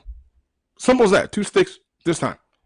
And you'll still get people that, I lost track of, I forgot. That's the human element. The human element is always the person, that's where your weak link is. Okay. Your recipes can be spot on. Your cooking practices can be spot on, but it comes down to your employees. And dealing with the guys at Doco, they're great guys. Everybody who works there, it's just a great team. And same thing down in Pensacola that I'm working on. These are 2 people that have husband and wife that have run great, successful businesses in Pensacola, and they got a great staff, and they know how to hire people, and they know how to run operations. Okay, they know how to run day-to-day operations, and it's awesome. And I've known these guys for years, and they do a great job. And so I have trust and faith that even more so than in Des Moines. I know because I know these other people I've known from 10 years, 8 years maybe. You know what I mean? And so I know how successful they are, and I know how their management style is, that it just marries well with being able. They've already secured land. They've already I got to go down there to Pensacola actually for a meeting here real soon, but they've already got an architecture. I mean, it's just going to be awesome. So are you buying into ownership, or like what's the business thing for you then? Are you licensing your name, or? Yeah, basically, yeah. But I mean, they provide. They're going to get all the equipment and everything, and I get my percentage every month. Can you hold on 1 second, Mo, and we'll come back on the other side and finish up on this, and then talk about some Mo Cason business. All right, stand by. We're talking with Mo Cason from Mo Cason Barbecue. MoCasonBBQ.com is the website. I'll talk to you quickly about Pits and Spits, and that'll catch us up for the balance of the show. Since 1983, Pits and Spits has been handcrafting smokers and grills in Houston, Texas in that time, establishing itself as one of the premier brands in high-quality offset cookers and, more recently, pellet cookers. Pits and Spits sets itself apart by using heavy 7 and 10 gauge stainless in every cooker, fully welded construction that you can feel when you use the unit, 304 stainless roll-top lid, and a front shelf on every single smoker. Why does it matter? Well, by using higher quality materials, Pits and Spit smokers can reach and maintain temperatures, allowing you to worry more about the meat than the heat. And by providing a fully welded smoker, you don't have to worry about the grease or smoke leaking out of the barrel. The grill's not going to rattle apart as you move it through the backyard. By using 304 stainless, you're getting an heirloom quality product that you can pass down to your kids. Now, where some companies are focusing on the low cost of ownership, Pits and Spits focuses on craftsmanship using quality materials. Are there cheaper ways to make these products? Absolutely. But they don't like tack welds, cheap stainless, electronics that you can't trust. Having in-house manufacturing gives them complete control of the design and standards. Not something you're going to find with stuff brought in from overseas. Steel suppliers supply materials to be used in some of the harshest environments, no matter where you are across the country. You know they're going to work. And the controllers are made right here in the States. They have unimpeded transparency into the program. Pits and Spits has a dealer network across the country. If there isn't one close to you, call Coy in the shop, 844-650-6250. Whether you're a backyard grill master or a competition cooking team, Pits and Spits has a product for you. You can check out their products, pitsandspits.com. That's the website, all spelled out, pitsandspits.com, where you can see their pits in the wild across social media with their handle at Pits and Spits. We are back with Mo Cason right after this. Stick around. We'll be right back.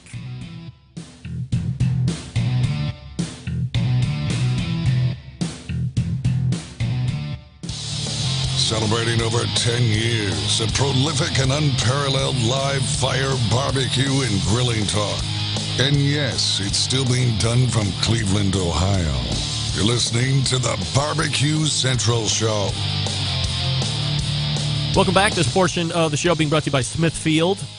Go to smokingwithsmithfield.com to sign up for the Committed Cooks program. Last week we announced the winners of the Smithfield Grant program, 3017, I believe it was, that got it. Carry over from last year, and then 19 new ones this year. You can also go to smithfield.com as well. All right, Big Mo joining us here in the second hour. Appreciate you hanging with me through the break there, pal. Let's go ahead and finish up this article stuff, and then we can talk about some more Mo Cason business. When you're reading through the article, there seemed to be two hot buttons that stuck out with a lot of folks, and that was specifically the comments about a place called Jethro's Barbecue. I don't know if a lot of people are familiar with Jethro's, or if that's just more of a real local thing. And perhaps the reason that the second one garners so much attention is because of who the owner is and what he's done on the competition scene. But as you look back through Jethro, you know what, let's just high level it here. You don't have a restaurant open yet. You talk about getting into the restaurant, and then you do give your opinion on the quality of the food in both. Jethro's, you said, was garbage. Smokey D's, you said, didn't have any soul. like looking back at it, would you have rather have been in business for some amount of time, like in the restaurant business for some amount of time before you levy those charges, or completely irrelevant, doesn't matter? It doesn't matter because it's my opinion. And people are going to come to my food no matter what. Once you taste my food, you'll see what I'm talking about. The people who know. I don't have to tiptoe around anybody. See, that basically that's what these people that come up and have a problem with it. It's my opinion. If that person that owns that business had something to say about me, it'd be crickets, more likely. But because I say it, oh, that's a big problem. Why you disrespect? It's not disrespecting. It's because I have experience and I know what good barbecue is. And if I don't think your barbecue is good, I'm gonna let you know it's no good. I'm not worried. That's what I'm trying to say. I do not do I don't do stunts to try to garner people to come my way because I'm potentially opening a restaurant. That's not how I work. If I gave that reporter my honest opinion, no matter what I think about the person in general, I'm just giving you my honest opinion. I've seen the process. It's not like I don't know, because I know the process. I know what they're doing. For example, with the Jethros. I remember when they opened up in Drake area, which is not too far from me. I waited a few weeks, actually probably a month, and I took my wife there. And the owner was there. And I'm not one of them kind of guys that has an ego and thinks just because I'm a barbecue guy that I know it all, because I don't. I'm always continue to learn and to improve and to grow. But I know what good food is. Okay.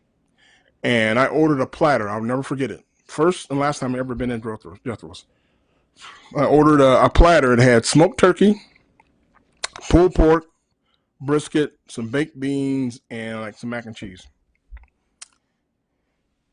And when the platter came out, it was a train wreck. Straight up.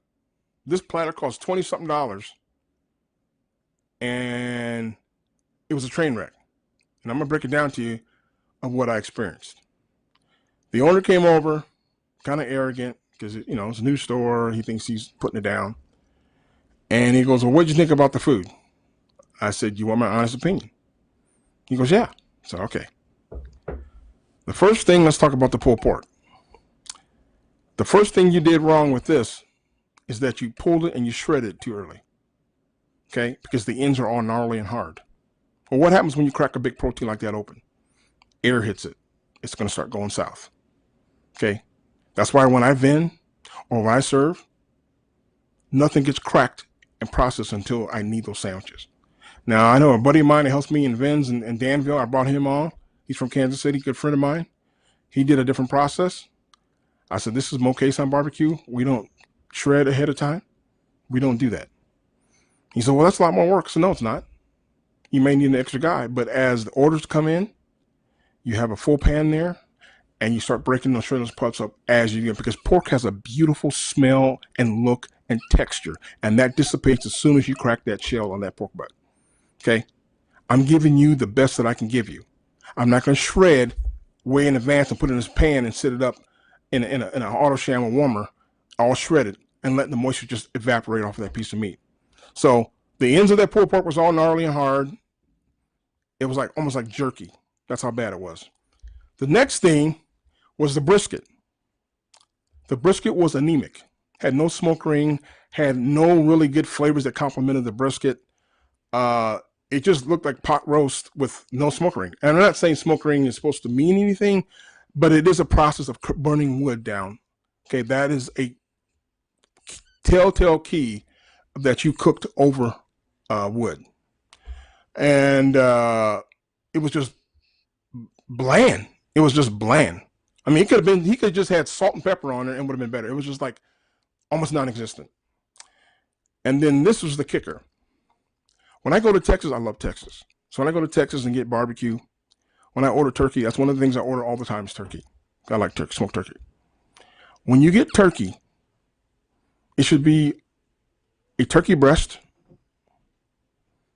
Okay, either you're going to brine it or you're not. You're going to put your seasoning on or whatever, and you're going to smoke it, and you're going to slice it. This dude was taking deli press turkey, like you get like out of a deli roll of turkey, and throwing it in the smoker. And there's restaurants that do that, just to cut corners. But the texture is all kinds of wrong when you do that. It's just wrong. And it doesn't taste right because it's already been prepared into a deli roll. So now you got those flavors, and then you put barbecue rub on top of that doesn't complement that deli meat. And it was wrong. And you know, I called him on all those things, and I was being nice about it. And he looked at me, and the only words came out of his mouth is this. He goes, "Well, I don't really care about the barbecue. I just want to sell beer." That's exact words to me. I looked at my wife, and I said, "Well, why do you got a sign that says barbecue outside?" And he just walked away. So that tells you. There's people out there putting out mediocre food just because they want to make a buck. Barbecue is as old as America, man. It comes from humble roots. Passionate. It's not like having a bad egg roll somewhere or a bad hot dog or hamburger. Man, you got some jacked up barbecue. Ain't nobody coming back to you, man. Nobody. Okay? So I take barbecue very seriously, man. I'm passionate about barbecue. And if I'm going to spend my hard-earned money, it better be right. Now, everybody has their levels of what they like. I mean, obviously, there's places that I think might not be very good. They have a crowd. But, in my opinion, you can do better. What does food not having soul mean? Flavor. Texture. Proper texture. Everything it's all chemistry. All food cooking, it's just chemistry. And you may have, and that's one thing, judging on TV shows and doing all kinds of things. Texture to me is almost as important, if not better, than flavor. I know it sounds crazy, but you can have a great tasting rib, but be tough as shoe leather, you've already lost.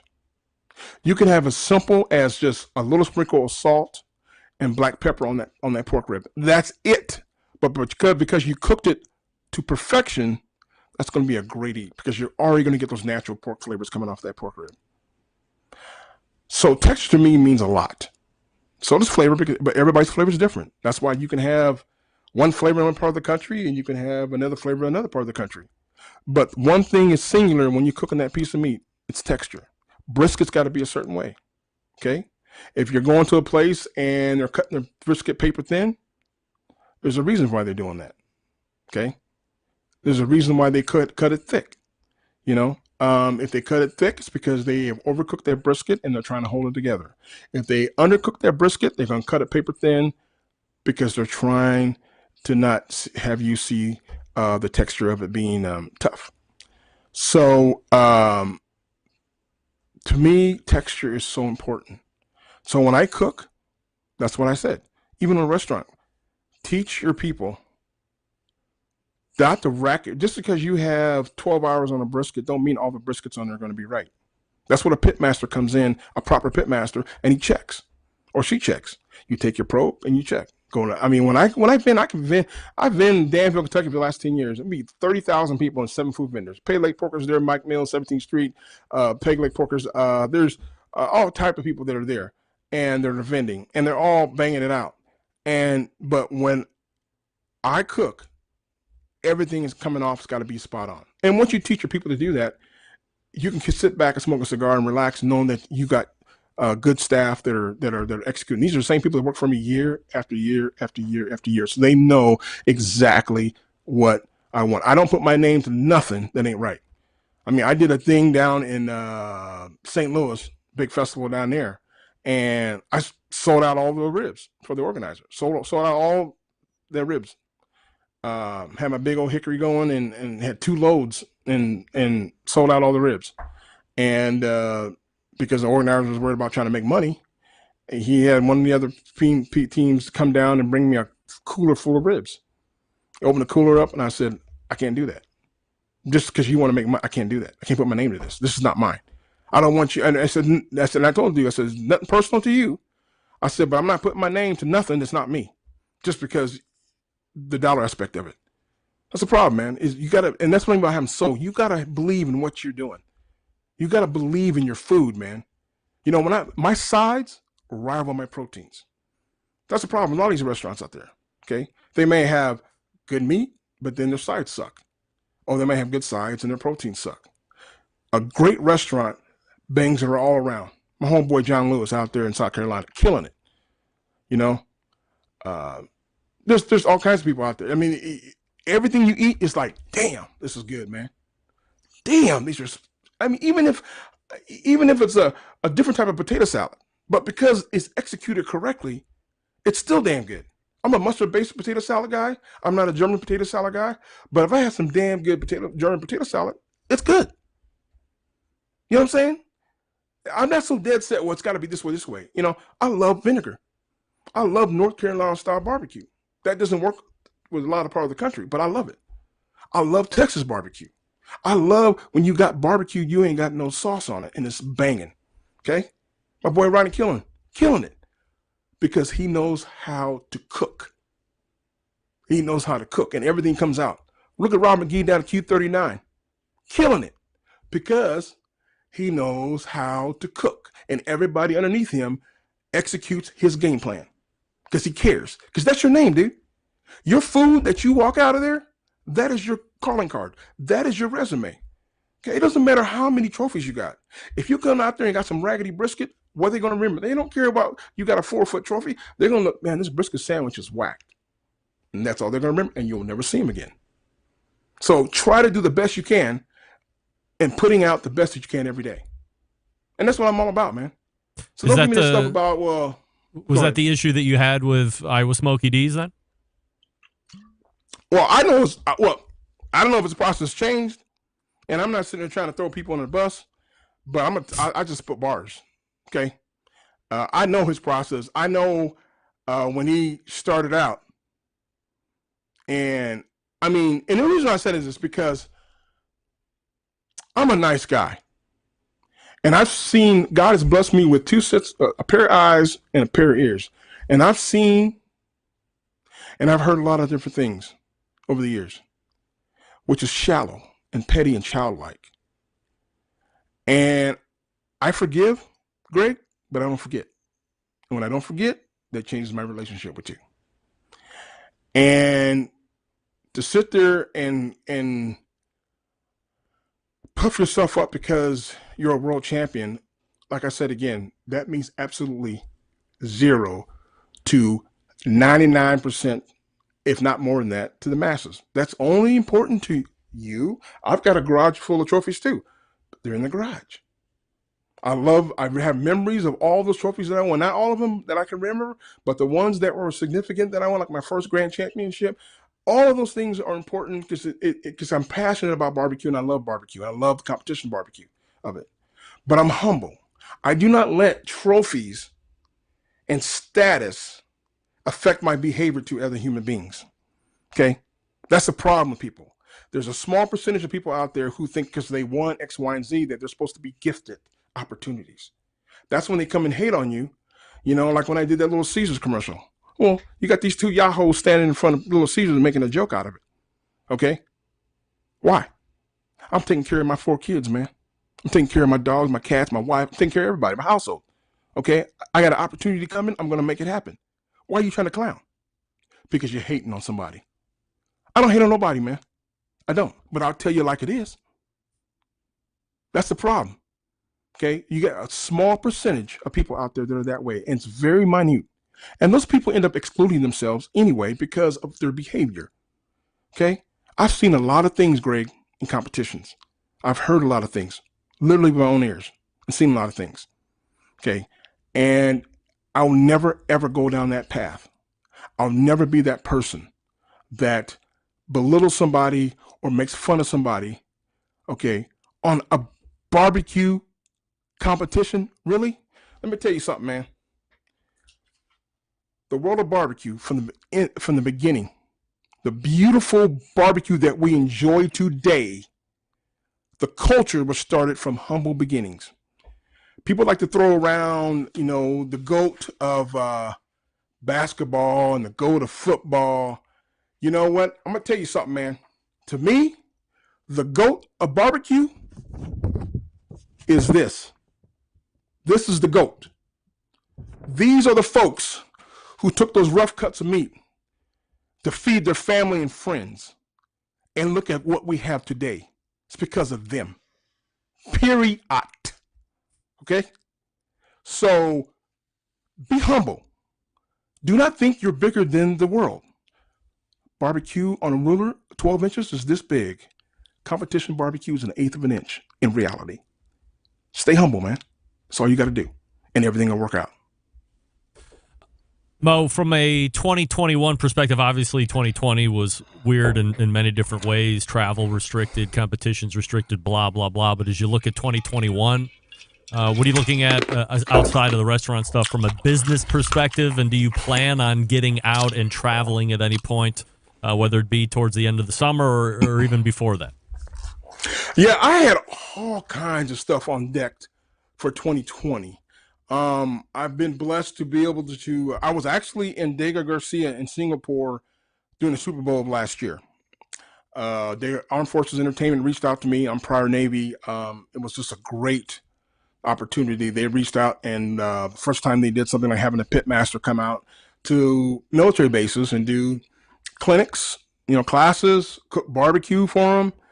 And it's just awesome to be able to do that because I served. I was in the United States Navy. I served on the USS Missouri battleship, Desert Storm, came back, decommissioned her, and I went on the USS Peleliu.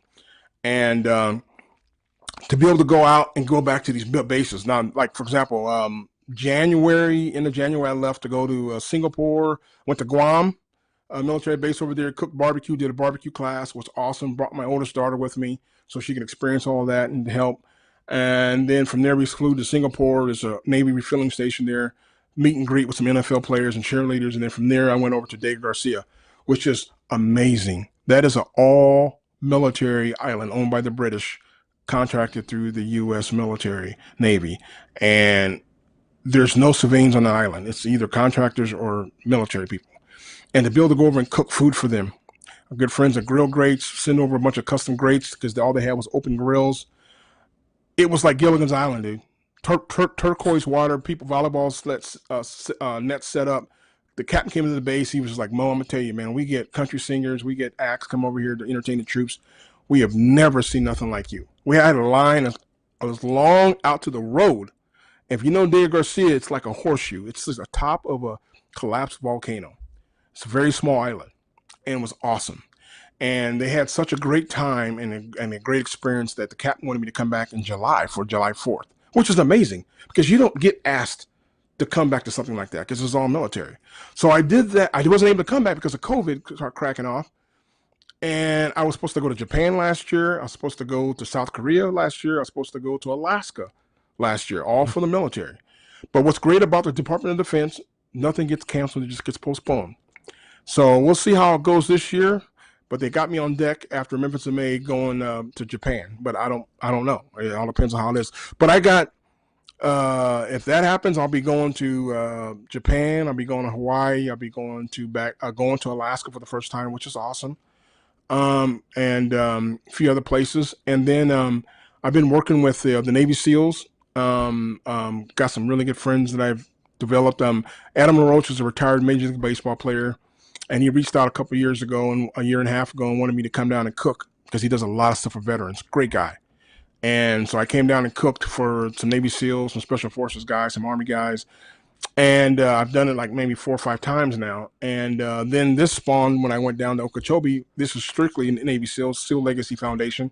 They raise money for Navy SEALs. They got killed in action.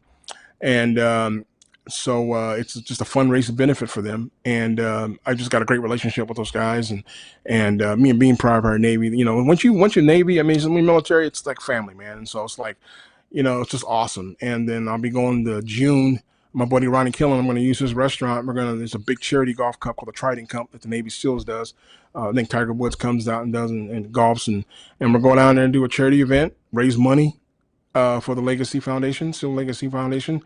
And then I'm going to use Ronnie's place to cook this barbecue and his steakhouse. And And it's just awesome. So I got, and then I've got a couple opportunities for TV shows. I did a, I call it a sizzler. I was down in Texas and did that, but we'll see what that goes. And then I just got an email yesterday about an opportunity through Discovery, and I'll find I got a Zoom call tomorrow. So we'll see what's up with that and see. I don't know what it is, but we'll see what it is. And then, but it's just awesome. You know what I mean? I'm just doing what I love, man. I worked 24 years at Des Moines Waterworks as a midnight water treatment operator, along with doing my barbecue, and worked a 40-hour-week job, midnight shift. And I was able to walk away in 2017 after doing 24 years at the water treatment plant. And to be able to do what I really want to do, and this is barbecue and promote my sauces and rubs and have opportunities to go out and meet people, because I'm a social butterfly. I love meeting people. I love talking with people, and just to be able to have opportunities, man. I mean, when Academy Sports reached out to me about putting my rubs in the stores, it's just a gamble, man. I worked 24 years at the water plant, 11 to 7, man, Monday to Friday, week. Even when I was doing the Pitmaster show, I worked 40-hour weeks. It was a struggle trying to come back and work for 2 or 3 days at the water plant and then fly back out and do another episode or 2 episodes. But I made it happen, and it was stressful. But to be able to walk away, it's a gamble. It was stressful for about 2 days. I was thinking, oh my God, did I make the right decision? But it was the best thing I've ever done. The best thing I've ever done, because Academy Sports, once I got that, the POs, my stuff got into the stores. They reached out to me fall of 2017. My stuff got on the shelves in 2018, February, and it's been nothing but a blessing ever since. Now I'm getting ready to go into Ace Hardware stores, a bunch of them. I've got a great opportunity with Hy-Vee. I'm already in Hy-Vee, but they've approached me with something bigger and better, amazing, as long as everything gets approved. And so it's just be able to take care of my family, man. It just makes me, I'm doing my job. You know what I mean? I look at my 4 kids, all my baby, all girls, and I'm doing my job. And I've always done my job. Never missed a beat. And so barbecue's been good to me, but I've been good to barbecue. Mo Cason breaking it all down right here, and you can find him at mocasonbbq.com. See where he's available for sale, retail-wise, in your area. Well, really appreciate the extended time this evening. Continued success. Right on, brother. Thank you, man. You got it. There he is, Mo Cason. mocasonbbq.com is his website. And before we head on out of here this evening, I got to talk to you quickly about... Oh. Did I do that? What an idiot. Faded the wrong one out. I got to talk to you quickly about Vortic watches. This thing. Vortic Watch Company, a small batch custom watch manufacturing and vintage restoration company located in northern Colorado. They take antique American pocket watches and turn them into wristwatches. Their mission, preserve and enhance the legacy of manufacturing excellence in America. In order to do that, they combine traditional and cutting-edge technology to create unique quality, functional timepieces with exceptional value. Here's the coolest part. Each watch that Vortic makes is a unique, one-of-a-kind piece. Vortic, founded on the motto that America wasn't assembled, it was built. Check out Vortic Watches for more information at vorticwatches.com. Your reaction to an extended 2 segments with Mo Cason. Hit me up. If you're listening to it on podcast, email me. Love your reaction, and we'll feed it back next Tuesday. We will be back to wrap the show up right after this. Stick around. We'll be right back.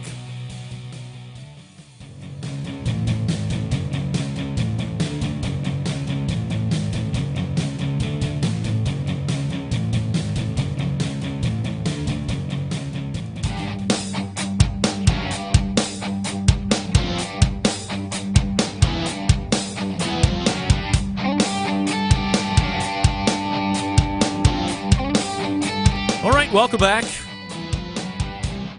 We're all caught up. All the way back in the first hour, it was Meathead from AmazingRibs.com. We talked about the new Weber products that are coming out. the Weber Connect gas grills, which will be both available on the Genesis and Spirit line. I've been trying to chase down Kevin Coleman for months now. I'm sure I've offended him at some point. But we'll keep efforting him. We can talk a little bit more about that. And then the second hour, it was Mo Kason. Again, give me your feedback if you read the article and you found it distasteful or offensive or unprofessional, or you liked how Mo got down through the hour this evening. Please let me know. Would love it. Greg at thebbqcentralshow.com. As I said, we'll run it back next Tuesday when we get there. It's the third Tuesday of the month, so you know Stephen Reichlin is going to be back. Also, I believe we will be talking with first-time quarterly recurring guest Susie Bullock from Hey Grill Hey, amongst some other folks as well. September 11th, 2001. I will never forget. Until next Tuesday at 9 p.m. Eastern, this is your program host and proud U.S. American, Greg Rempe. Good night now.